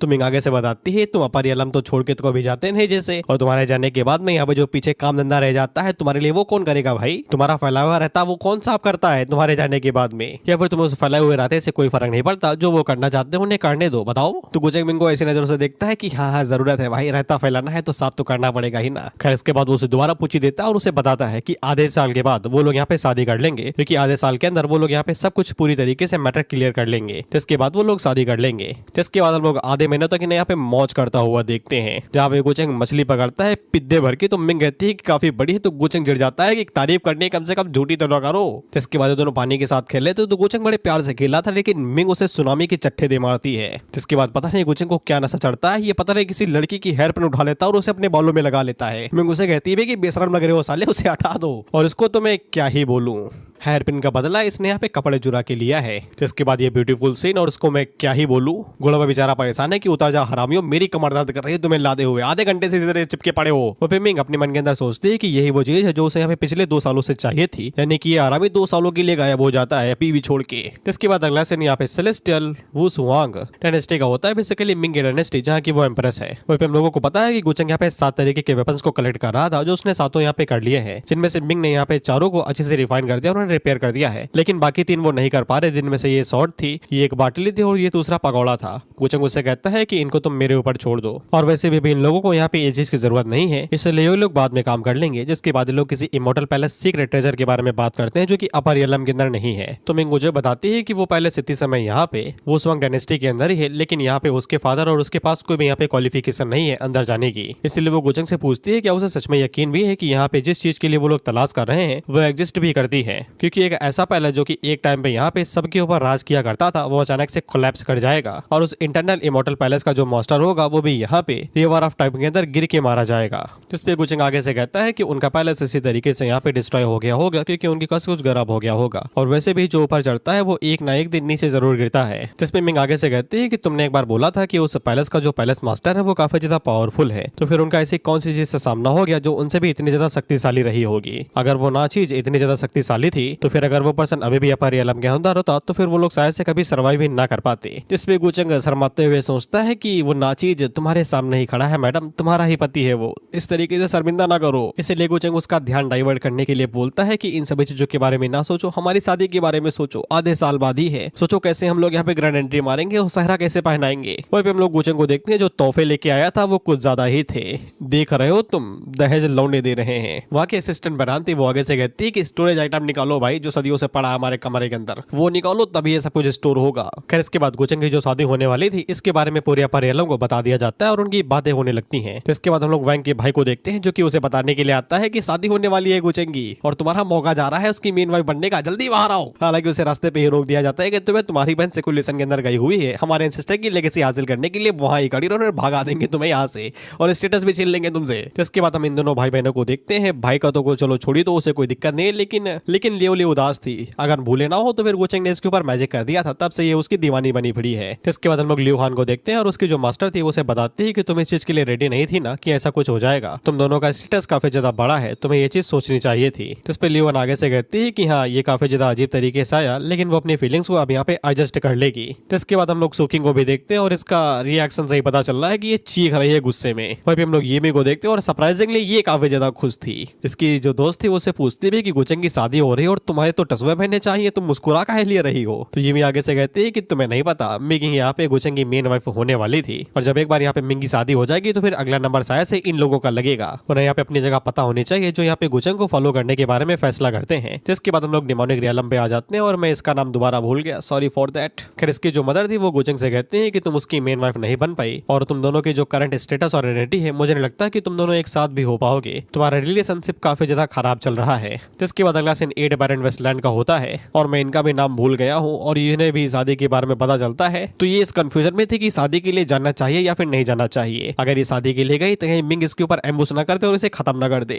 जिसके बाद अगला सीन एंसेस्ट्रल ह्यूमैनिटीज पैलेस का होता है, जहाँ पे चूचू बाहर निकलती है और चूचू अपना ध्यान भटकाने के लिए काफी ज्यादा मेहनत कर रही थी, लेकिन इसके बावजूद उसे बुरा तो लग ही रहा था कि गुचंग ने चूचू के साथ वादा किया था वो इसके साथ शादी करेगा, लेकिन अब वो अपने वादे तोड़ रहा है। तुम क्यों रो रही हो चूचू, हम है ना तुम्हारे साथ। और इसी के साथ ये एपिसोड यहीं पे ही खत्म होता है। हम लोग अगले एपिसोड में देखेंगे कि गुचंग चूचू को कैसे मनाता है।